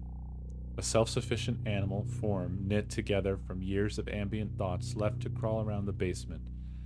Grandpa may enjoy the flesh. You have gained the conversation topic. Little friends. Consider discussing this when Grandpa emerges.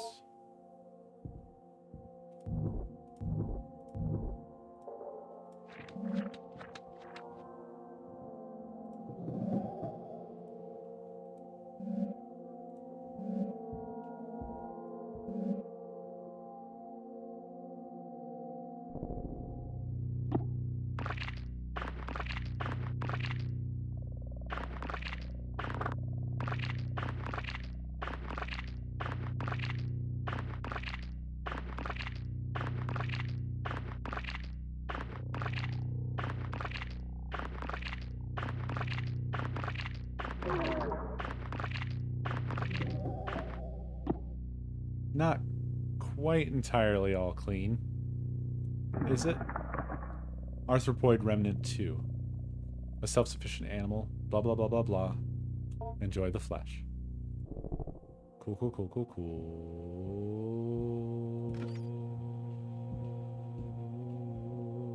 A wriggling human-like grub.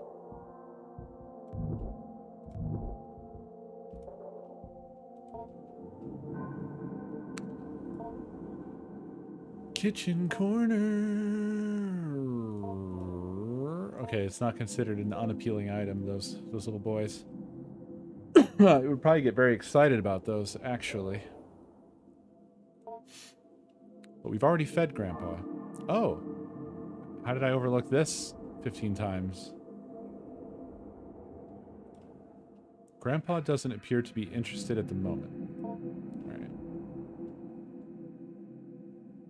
Indecision.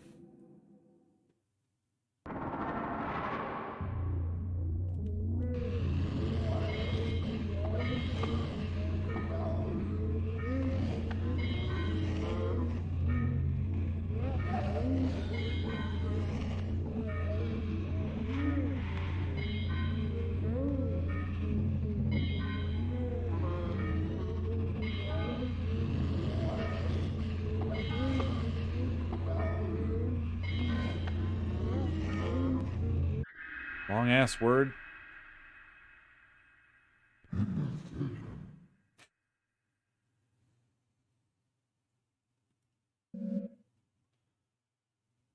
Beautiful. Indecision. Part of vocabulary and vocalization module F23, Theory of Mind. General pronunciation comments, articulation problems, possible trouble with diphthongs. We are introducing the latest growth of whiskers to more subtle social cues and testing its ability to judge mental states of participants in conversation. The semantic content that flows to whiskers via its psi field is still becoming muddled and slipped without distinction into conversation, although our intention of instilling in it a solid theory of mind will perhaps make it begin to understand that we do not know what it knows, or know what we are, without our control sending to it. One would think a theory of mind seems to develop as part of its maturation process. In order to hunt sapient beings, it must be able to deceive them. In order to deceive, it must be able to make certain metacognitive judgments. For example, if their deception appears to be working, or how one ought to be deceived. We may never see it develop a theory of mind anytime soon, as Dr. Hart has disallowed a cycle of whiskers growth to live into the beginnings of maturity.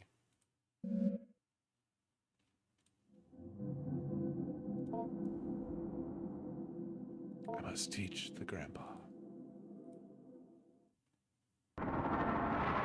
The grandpa must learn.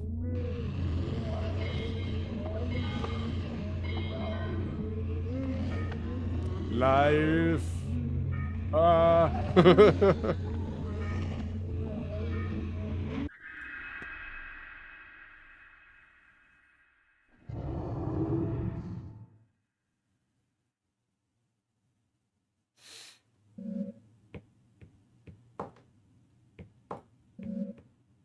Life. Part of vocabulary and vocalization module P29, concept formation. General pronunciation comments, none. At week 3 of growth number 24, whiskers appeared to recall some information from a previous growth cycle. We cannot be sure that this was really the case, for all we know, what we interpreted as it recollecting this information was really it drawing semantic content from one of our recollections of it and redeploying it without rationality or contextualization. For the sake of our safety and for the sake of scientific inquiry, we are attempting to draw out from whiskers whether it somehow retains knowledge from previous cycles in its morphylactic nucleus. We did not think it was possible the nucleus, though complex and incredible in its regenerative abilities, was capable of this, and that the nerve network that grew from it made up the base of Whiskers' mind. And so we are now attempting to ask Whiskers as best we can if it has ever died, or what it might remember if it did. Cool, cool, cool, cool, cool, cool, cool, cool, cool, cool, cool, cool. Yes, yes, yes, yes.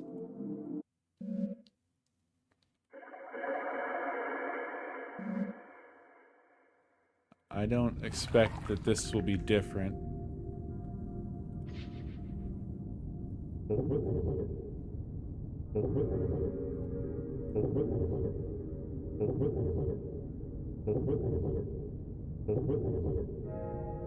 Yes, it's all gonna be the same. Wait. Ask about little friends. The little ones. They grew like seeds off my skin. Worms fall off my body. Thoughts falling off of me.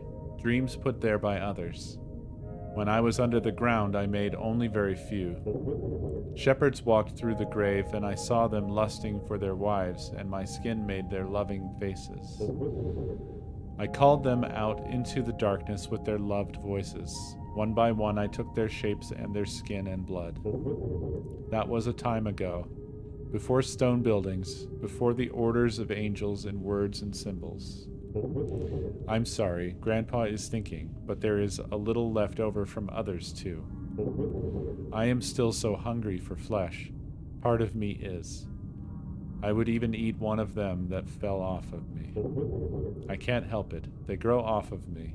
They fall off and grow in the dark, grow around me. Goodbye. Yeah, we're going to hang on to those little flesh snacks until next week.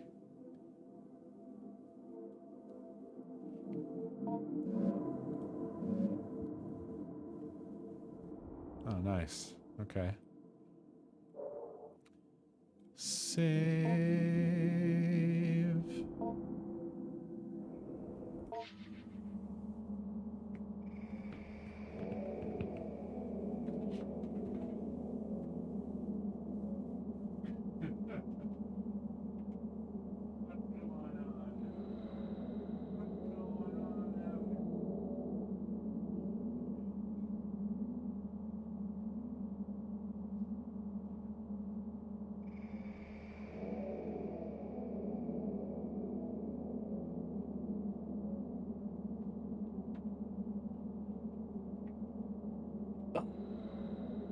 I thought I heard a shenanigan. Yes. And that shenanigan was this boy. I look out there and he's like... He's splayed flat out on the couch with his legs straight back, and he's just wagging his tail. And then as I walked over to him, he just like rolled over and just put his legs in the air. I heard a shenanigan. What, Mr. Boy, what are you doing? Huh? What are you doing? What are you doing? What are you doing?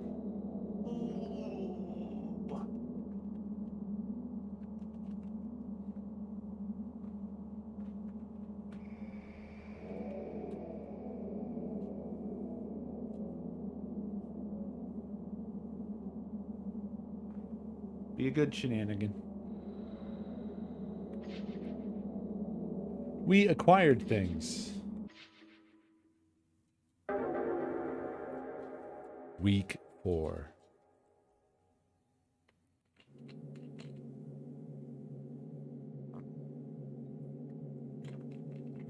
The time I have to spend compiling an evaluation on Adrian is almost up, and I still can't say what to make of her changes in mood. It is, of course, the case that children of...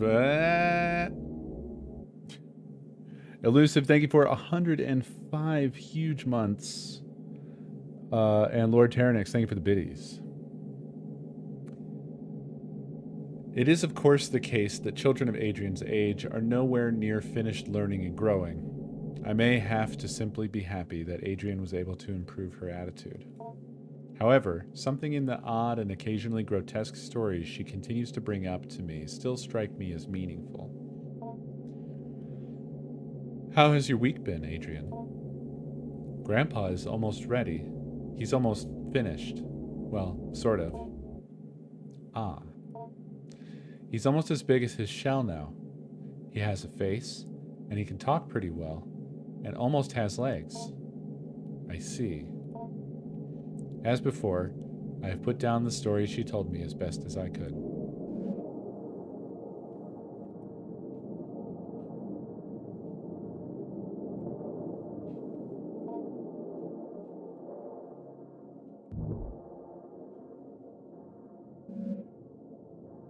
Shortly.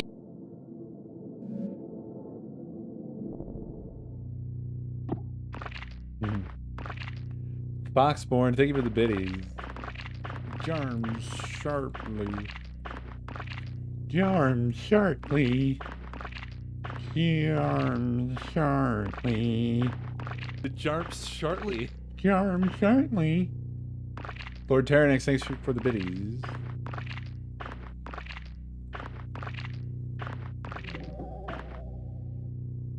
No new flesh.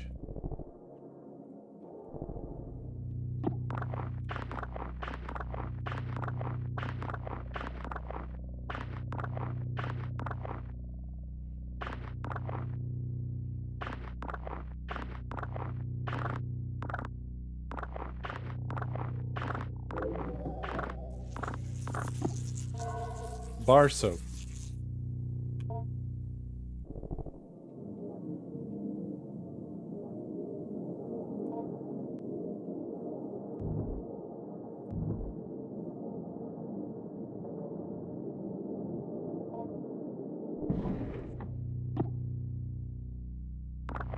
Kenosis, thank you for the bits.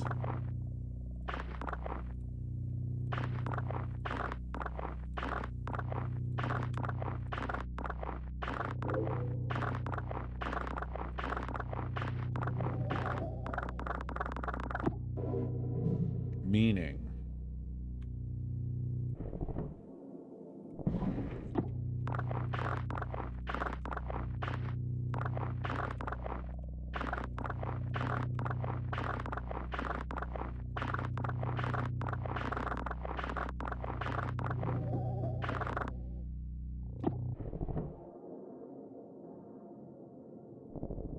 We have a new bulbous growth.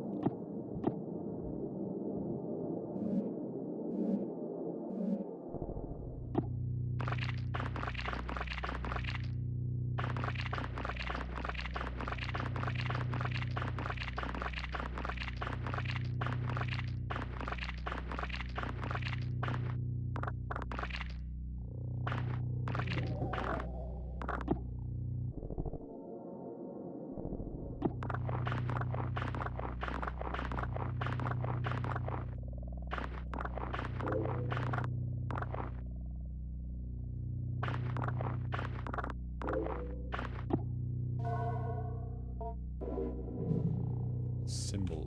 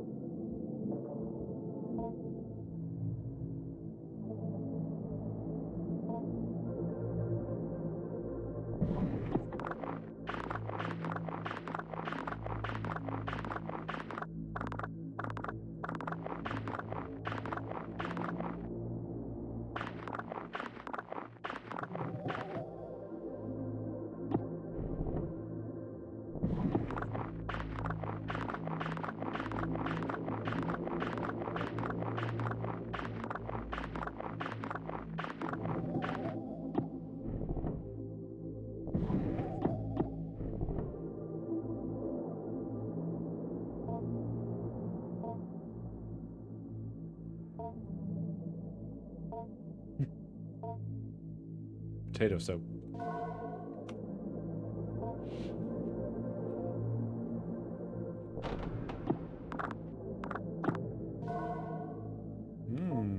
an apple, and a jackfruit on the gourmet grind.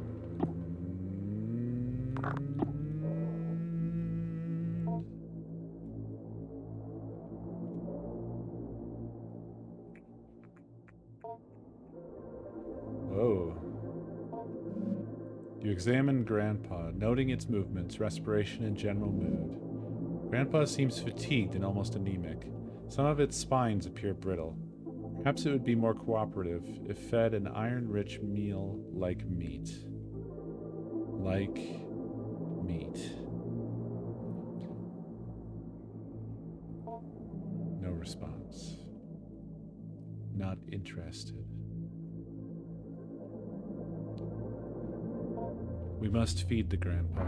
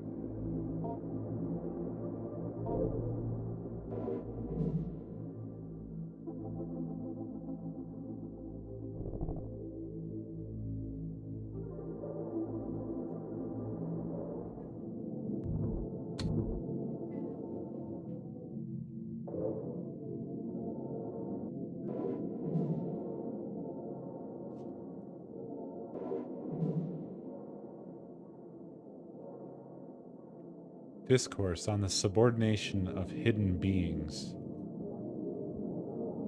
On the virtue of the prudent when dealing with devils, seen or unseen. The splendors and terrors of God's creations inhabit the world of both seen and unseen, and just as one will not grapple with a lion, lest they be a fool, one will not approach a being of the mind or aether without foreknowledge thereof. There are beings with no form, hiding between towering columns of air, and only appearing by slipping into the heart or mind of evil and unclean men. But still are there more beings, which straddle the realm between the seen and unseen creatures, feeling through the air, to see That's the demonic, heart friend. or mind of men. It is only by God's grace and his angels and servants crushing these beings under heel that a magician might compel them to the magician's will, and so a magician must be perfectly clear and unerring in intent and ritual granted to us by God, or else the devils, seen or unseen, will devour them, that being their nature. On the nourishing of devils of a particular type. Certain devils of a particular nature are nourished by the element of fire, others by attention and prayer given to their idols, still others by stranger and more obscure means. By God's grace, the requirement for nourishing a devil as part of a contract only requires a token of these givings, that is, a symbol. Okay, but it said the, and you said the. It's Old English. It's pronounced the, not the. That one I'm pretty sure is supposed to be me. You're thinking of ye, which is pronounced the. Well, let's try it out. Anyway, If I it- have to go because I forgot to get water. Okay. And it's about to close. You have little time. The water will be closed soon. I love you. Did you want anything else on there? Maybe a wee little hot chocolate. Hot chocolate. Yeah. Chocolate, you hot. Yeah. If a devil hungers after flesh and would strip a man to his bones in its devouring, the devil's hunger and nature which thirsts for flesh can be held in abeyance in the ritual act of giving blood in only a few drops. However, the contract must be completed in full, for if the magician errs and does not provide in the devil instruction and guidance, the devil, once abjured to do no harm upon the magician, will return to its devouring nature.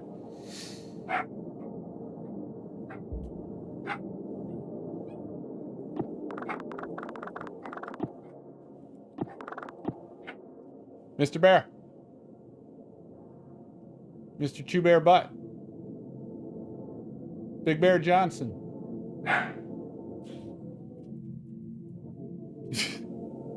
You almost slipped and fell.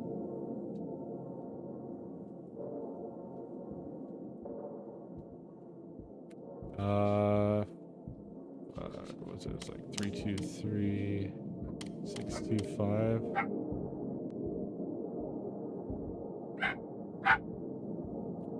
Aren't that? That's all right. 323 245.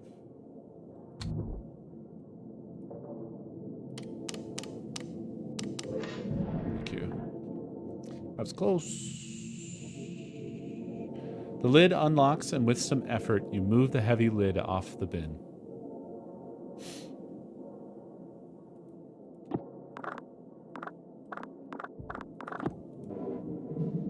A photo of your father as a young man. The recognition of this face kicks off a cascade of emotion and meaning deep within your psyche.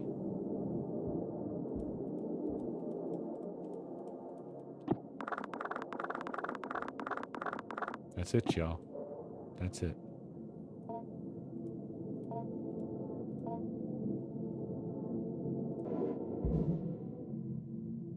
A tangible desire, symbol of intention and desire.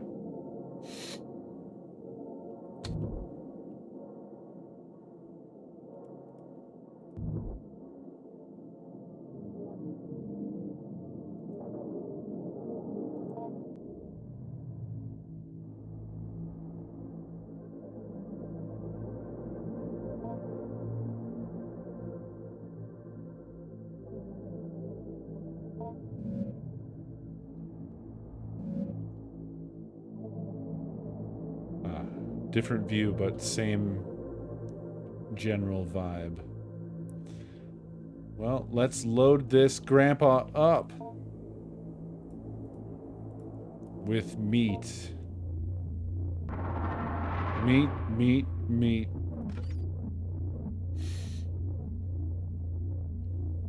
Meat.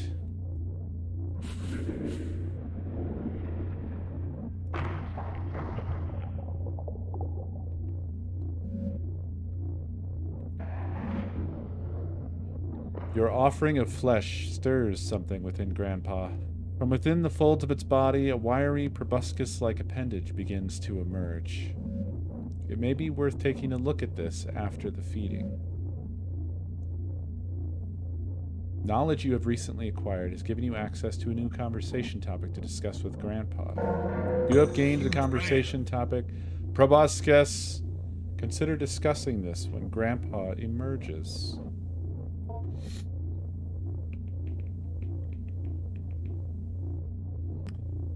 Lord Terranix, thank you for the bit-tays. Loki as well. Appreciate it.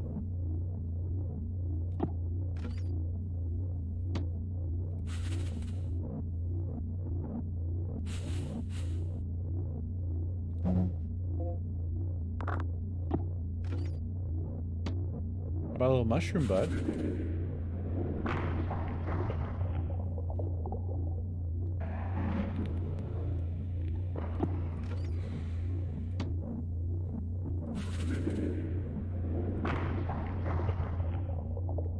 Keeps the doctor away. Except that the doctor is inside you now.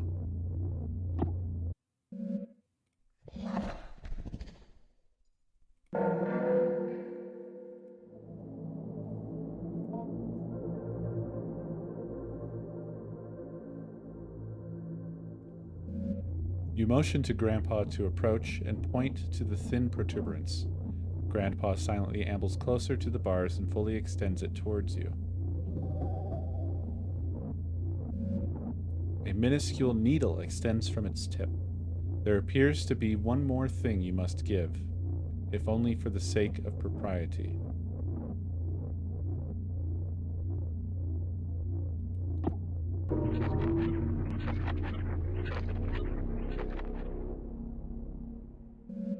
Grandpa appreciated your blood offering.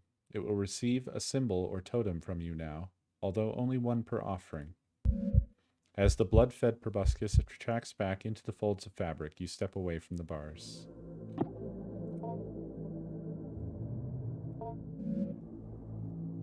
You approach the bars and hold out the mother symbol you created.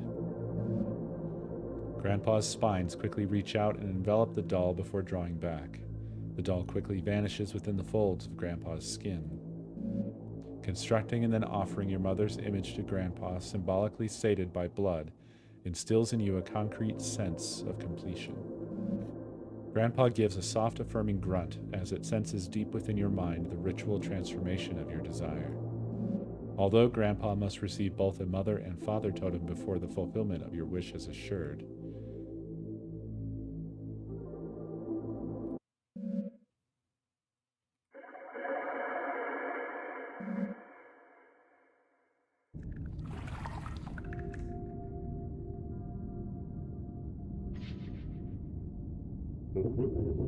Grandpa loudly clears its throat before gently responding in a lucid, well-projected voice. Ah, you're asking me about your wish. When you wished for me to come back, that's when I knew I would. Your desperation was strong, and your wish for your parents, well, if you give me what I want, I'll give you what you want. You know I love you.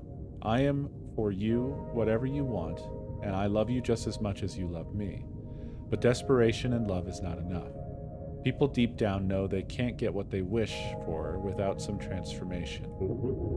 There is something that sits at the root of everyone's soul that understands the separation between them and eternity. You may desire something, but you know you will not get it without some movement on your part. So it is not enough to just wish, which you know will not work. You must wish and a little more, to transform your intention into something that might fructify, or for desire to become reality.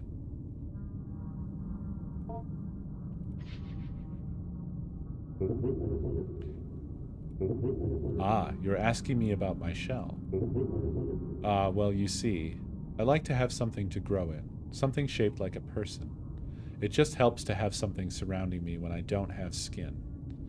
My whiskers do the growing. My whiskers? Yes, you know, the hairy little things. I am a part of it, and it is a part of me. However, my whiskers are what you heard, or what heard you wishing for me to come back. And so they went to work in the shell you provided. The shell also helps you envision me as what you desire. You have such a nice imagination. If I weren't in my shell, you'd have my whiskers exposed and knitting together my face. That might interrupt the feedback loop of my reading your desires, and then acting upon the desires I have read, and then once again reading your reaction. We wouldn't want that interfered with. The material of the doll you put down is good fit.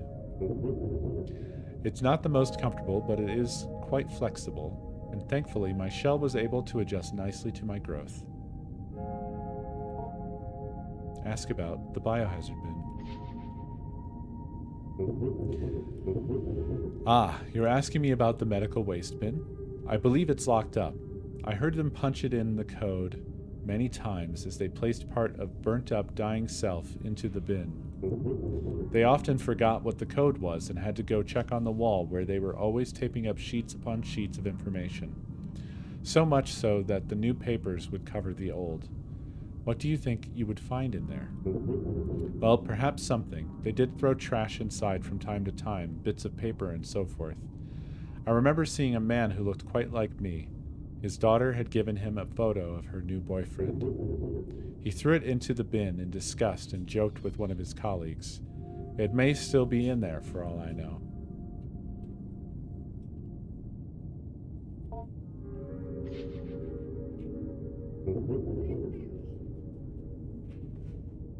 Hello. Thank you. Being gently attacked. He's a full-on shenanigan right now. Are you a shenanigan? Shenanigans?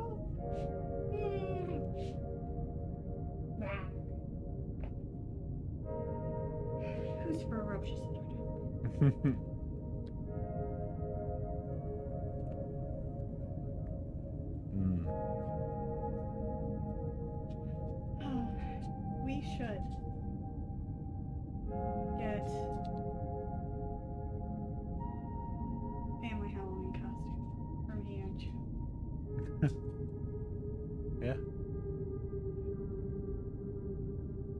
We Yep, did the vampire thing last year. we did. He turned out pretty cute. Yeah, he did. Oh. What should we do this year? Dinosaurs? Dinosaurs. Yeah, it'll be a good segue into Dino Crisis. It's the longest story. It is. Anyway. I got a whole bunch of big waters. Didn't get any of the tiny ones. Okie And I used my Pusheen canvas bag for the first time ever. 6 waters is heavy. It's a good thing you had a bag. Well, they would have given me a bag. 6 waters in one bag, I think, is pretty much the limit. Gotcha. Okay. I'm gonna go read some bullshit. Okay. Thanks for the chocolate. You're welcome.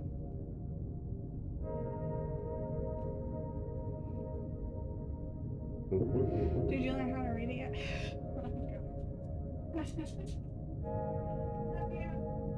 Love you too, baby.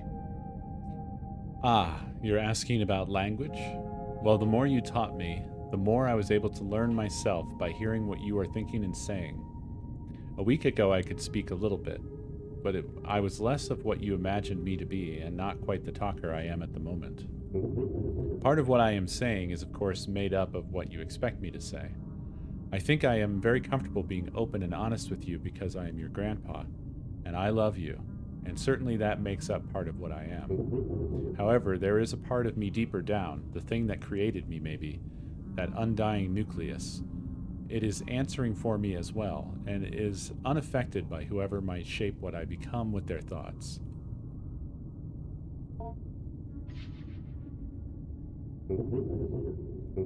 Ah, you're asking about my little friends? Well, yes, they come from me.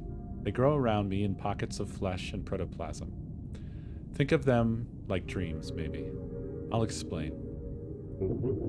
Have you ever had a dream that was sort of like a bunch of people, places, and events you experienced, all mixed together and jumbled up?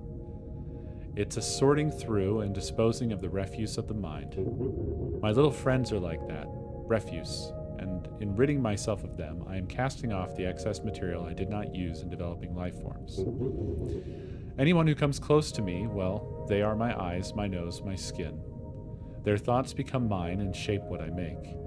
However, when I was alone for so long, I didn't have a lot of people near me. What you are thinking and expecting of me is shaping what I'm saying, how I'm saying it. Do you understand? And so, because I did not have enough input from my surroundings in order to put the material to use, the material falls off of my body, crawls away, and usually dies. I am able to make the most of my material when someone is looking right at me, projecting who I will be, like you are now. What you are thinking and expecting of me is shaping what I'm saying, how I'm saying it. Do you understand?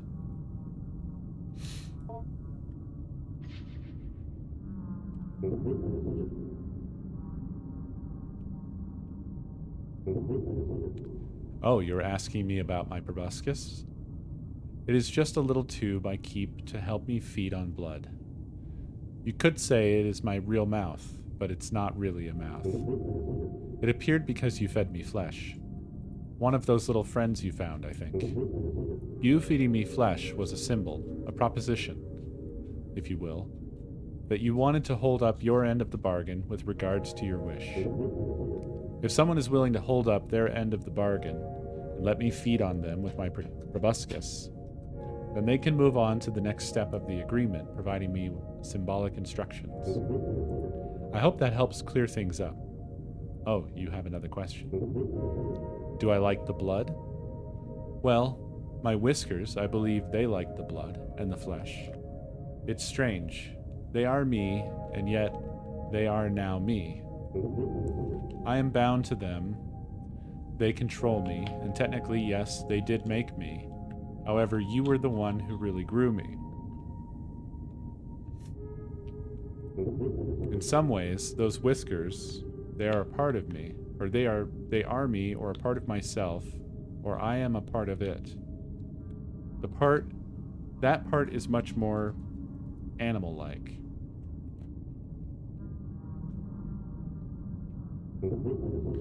Whatever might happen, know that I will always love you. And because it controls me, I might not be able to act how I would like, even if I do love you. Goodbye.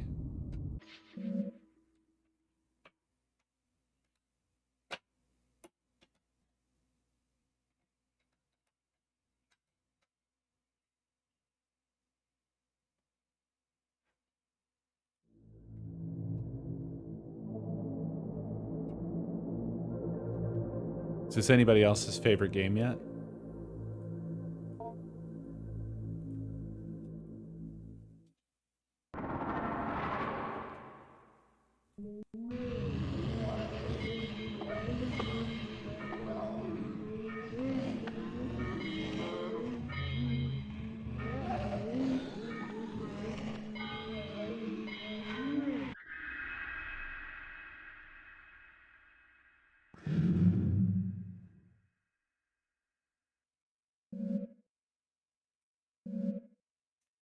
Meaning. Part of vocabulary and vocalization module J11. Metacognition, higher thought. General pronunciation comments none. We further delve into abstraction with Whiskers, partially or perhaps for the most part for the purpose of determining the origin of its recollections that precede its death. Dr. Hart has begun to theorize that in the process of death, the structure of Whiskers is compressed back into the morpholactic nucleus, and then later, upon reestablishing the nerve netting that is laced through its spines, is slowly reassembled and redeployed as needed. I do not think that this is the case, for I can plainly see that for growth cycles in which Whiskers is not receiving our pronunciation and vocabulary lessons, that its capacity general for comprehending its environment is greatly diminished. And in the simulated conversations we carry out, Whiskers struggles greatly or else does not participate. In any case, we will press on with our lessons and heed Dr. Hart's caution regarding terminating the growth cycle before Whiskers' allotted growth time passes, or if it appears to be becoming just a little too competent at appearing human.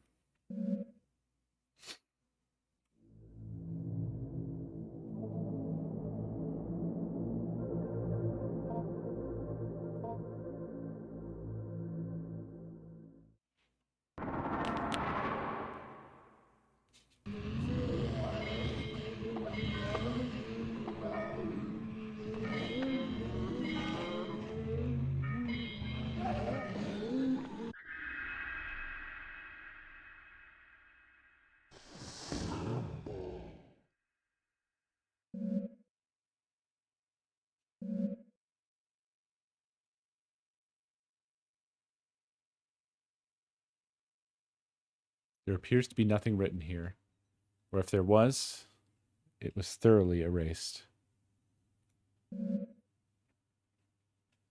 Sorry, I need to get up one more again.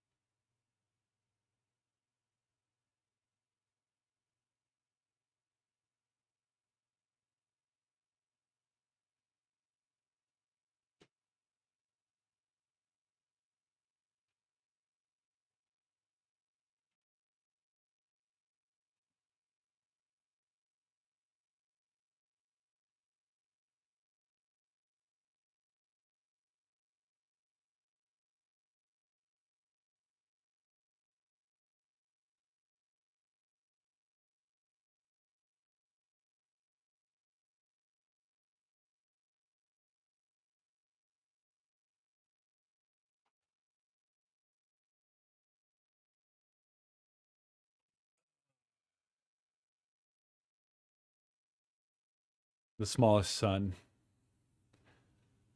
did a little number 2 situation on his pad. And fascinating, I know. But He does occasionally manage to do some things that I have to marvel at least for a moment. And somehow he pooped out a little Stonehenge. A poop henge, if you will. 2 verticals with a crossbeam. I do not, I don't, I don't know how you did that, bud. Apparently you're an engineer.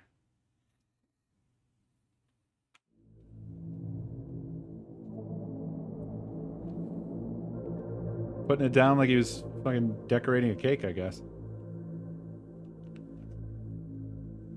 Alright. Save it again. I'm assuming the conversations are based off of the week. Oh.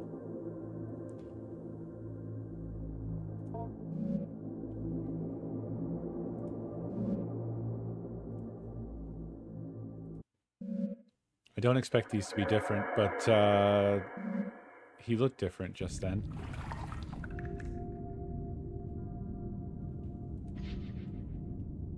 Just checking.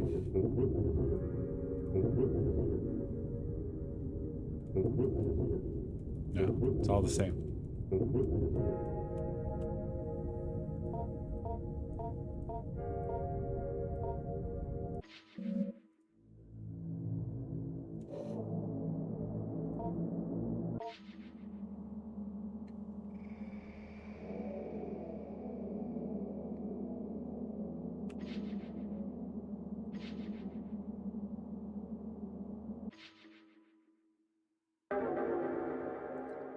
Week 5.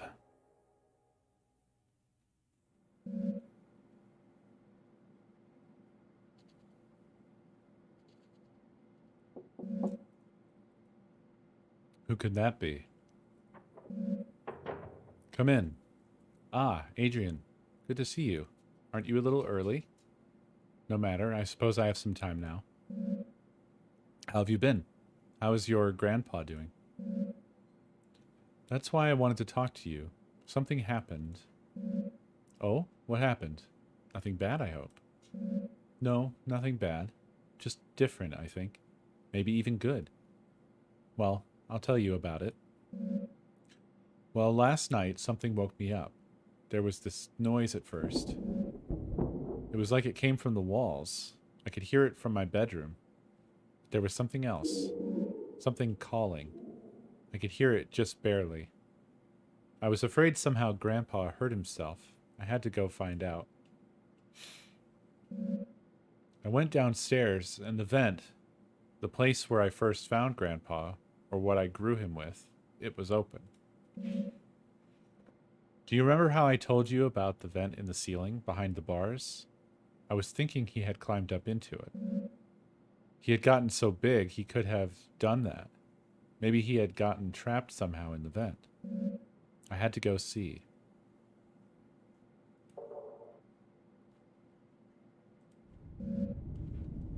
I got inside. I heard the calling again. More clearly this time. Grandpa was definitely in the vent somewhere. I could feel him hearing my thoughts. I got that weird feeling, a sense in the air. I had to go forward.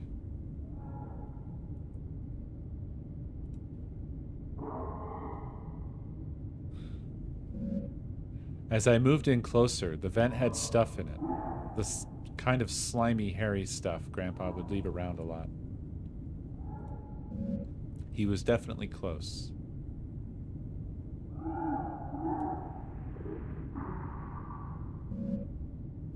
Something was there at the end.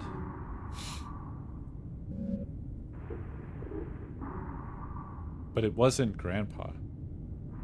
It looked maybe like he had made it, though.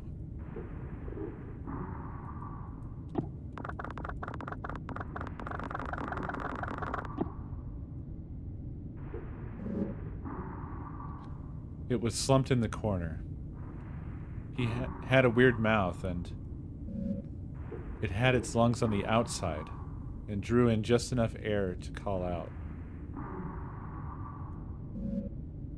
And then it just stopped.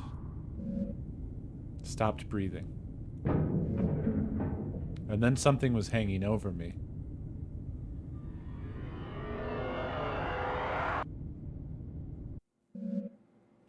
And then I woke up in my bed. In your bed? Adrian, it sounds like it was just a quite dreadful dream. Are you alright, by the way?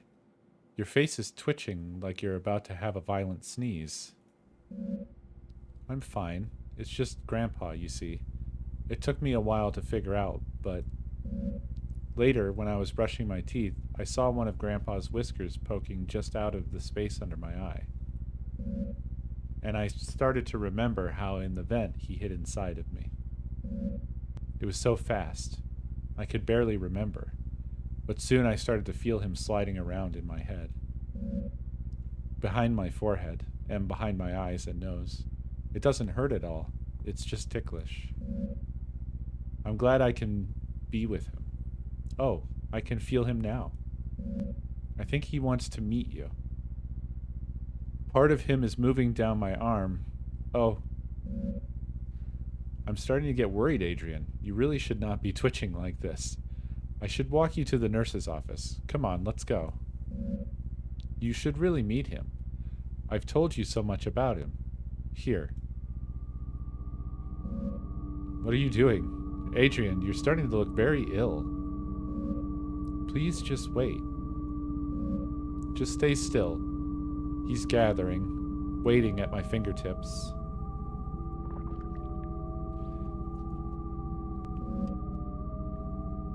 Why do you look like that? You don't have to be afraid. Look. I'm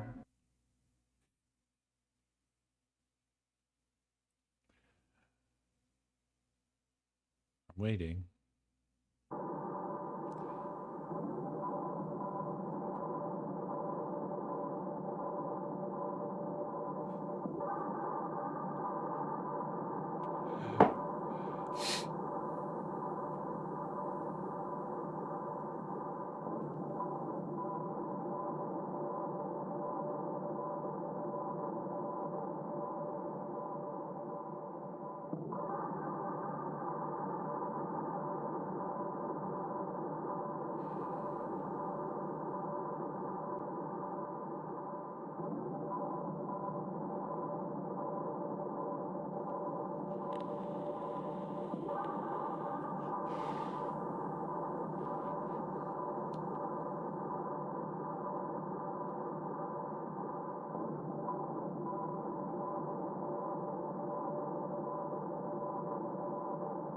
It was quite sudden. I think I'll play this again. But without all the, you know, without all the reading. I'll play through it quickly.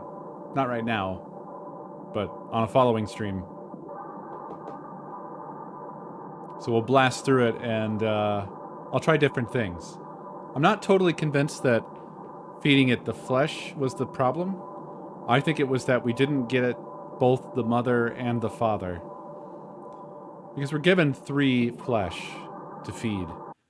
So I think maybe it was interacting with the proboscis that was the mistake.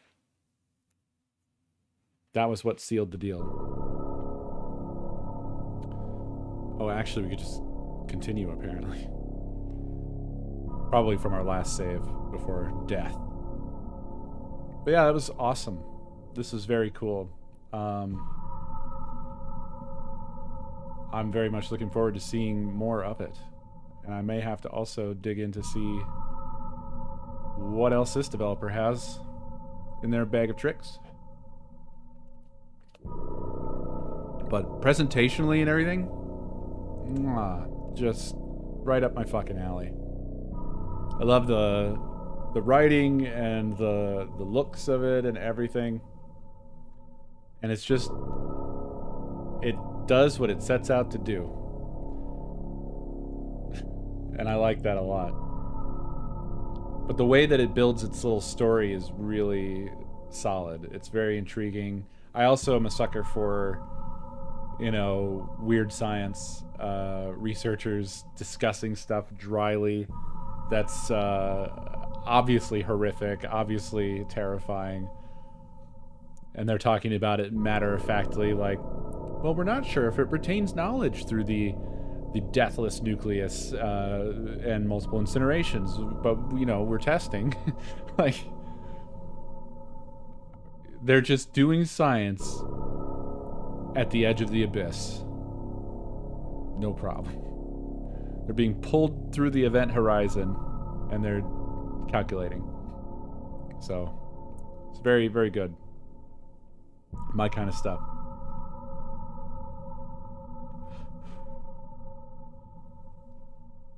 But yeah, that's gonna do it. Thank you very much for watching. I will see you all tomorrow with the 2 bananas, and we will more than likely be doing Dead by Daylight custom games. So until then, have a great night. See you next stream.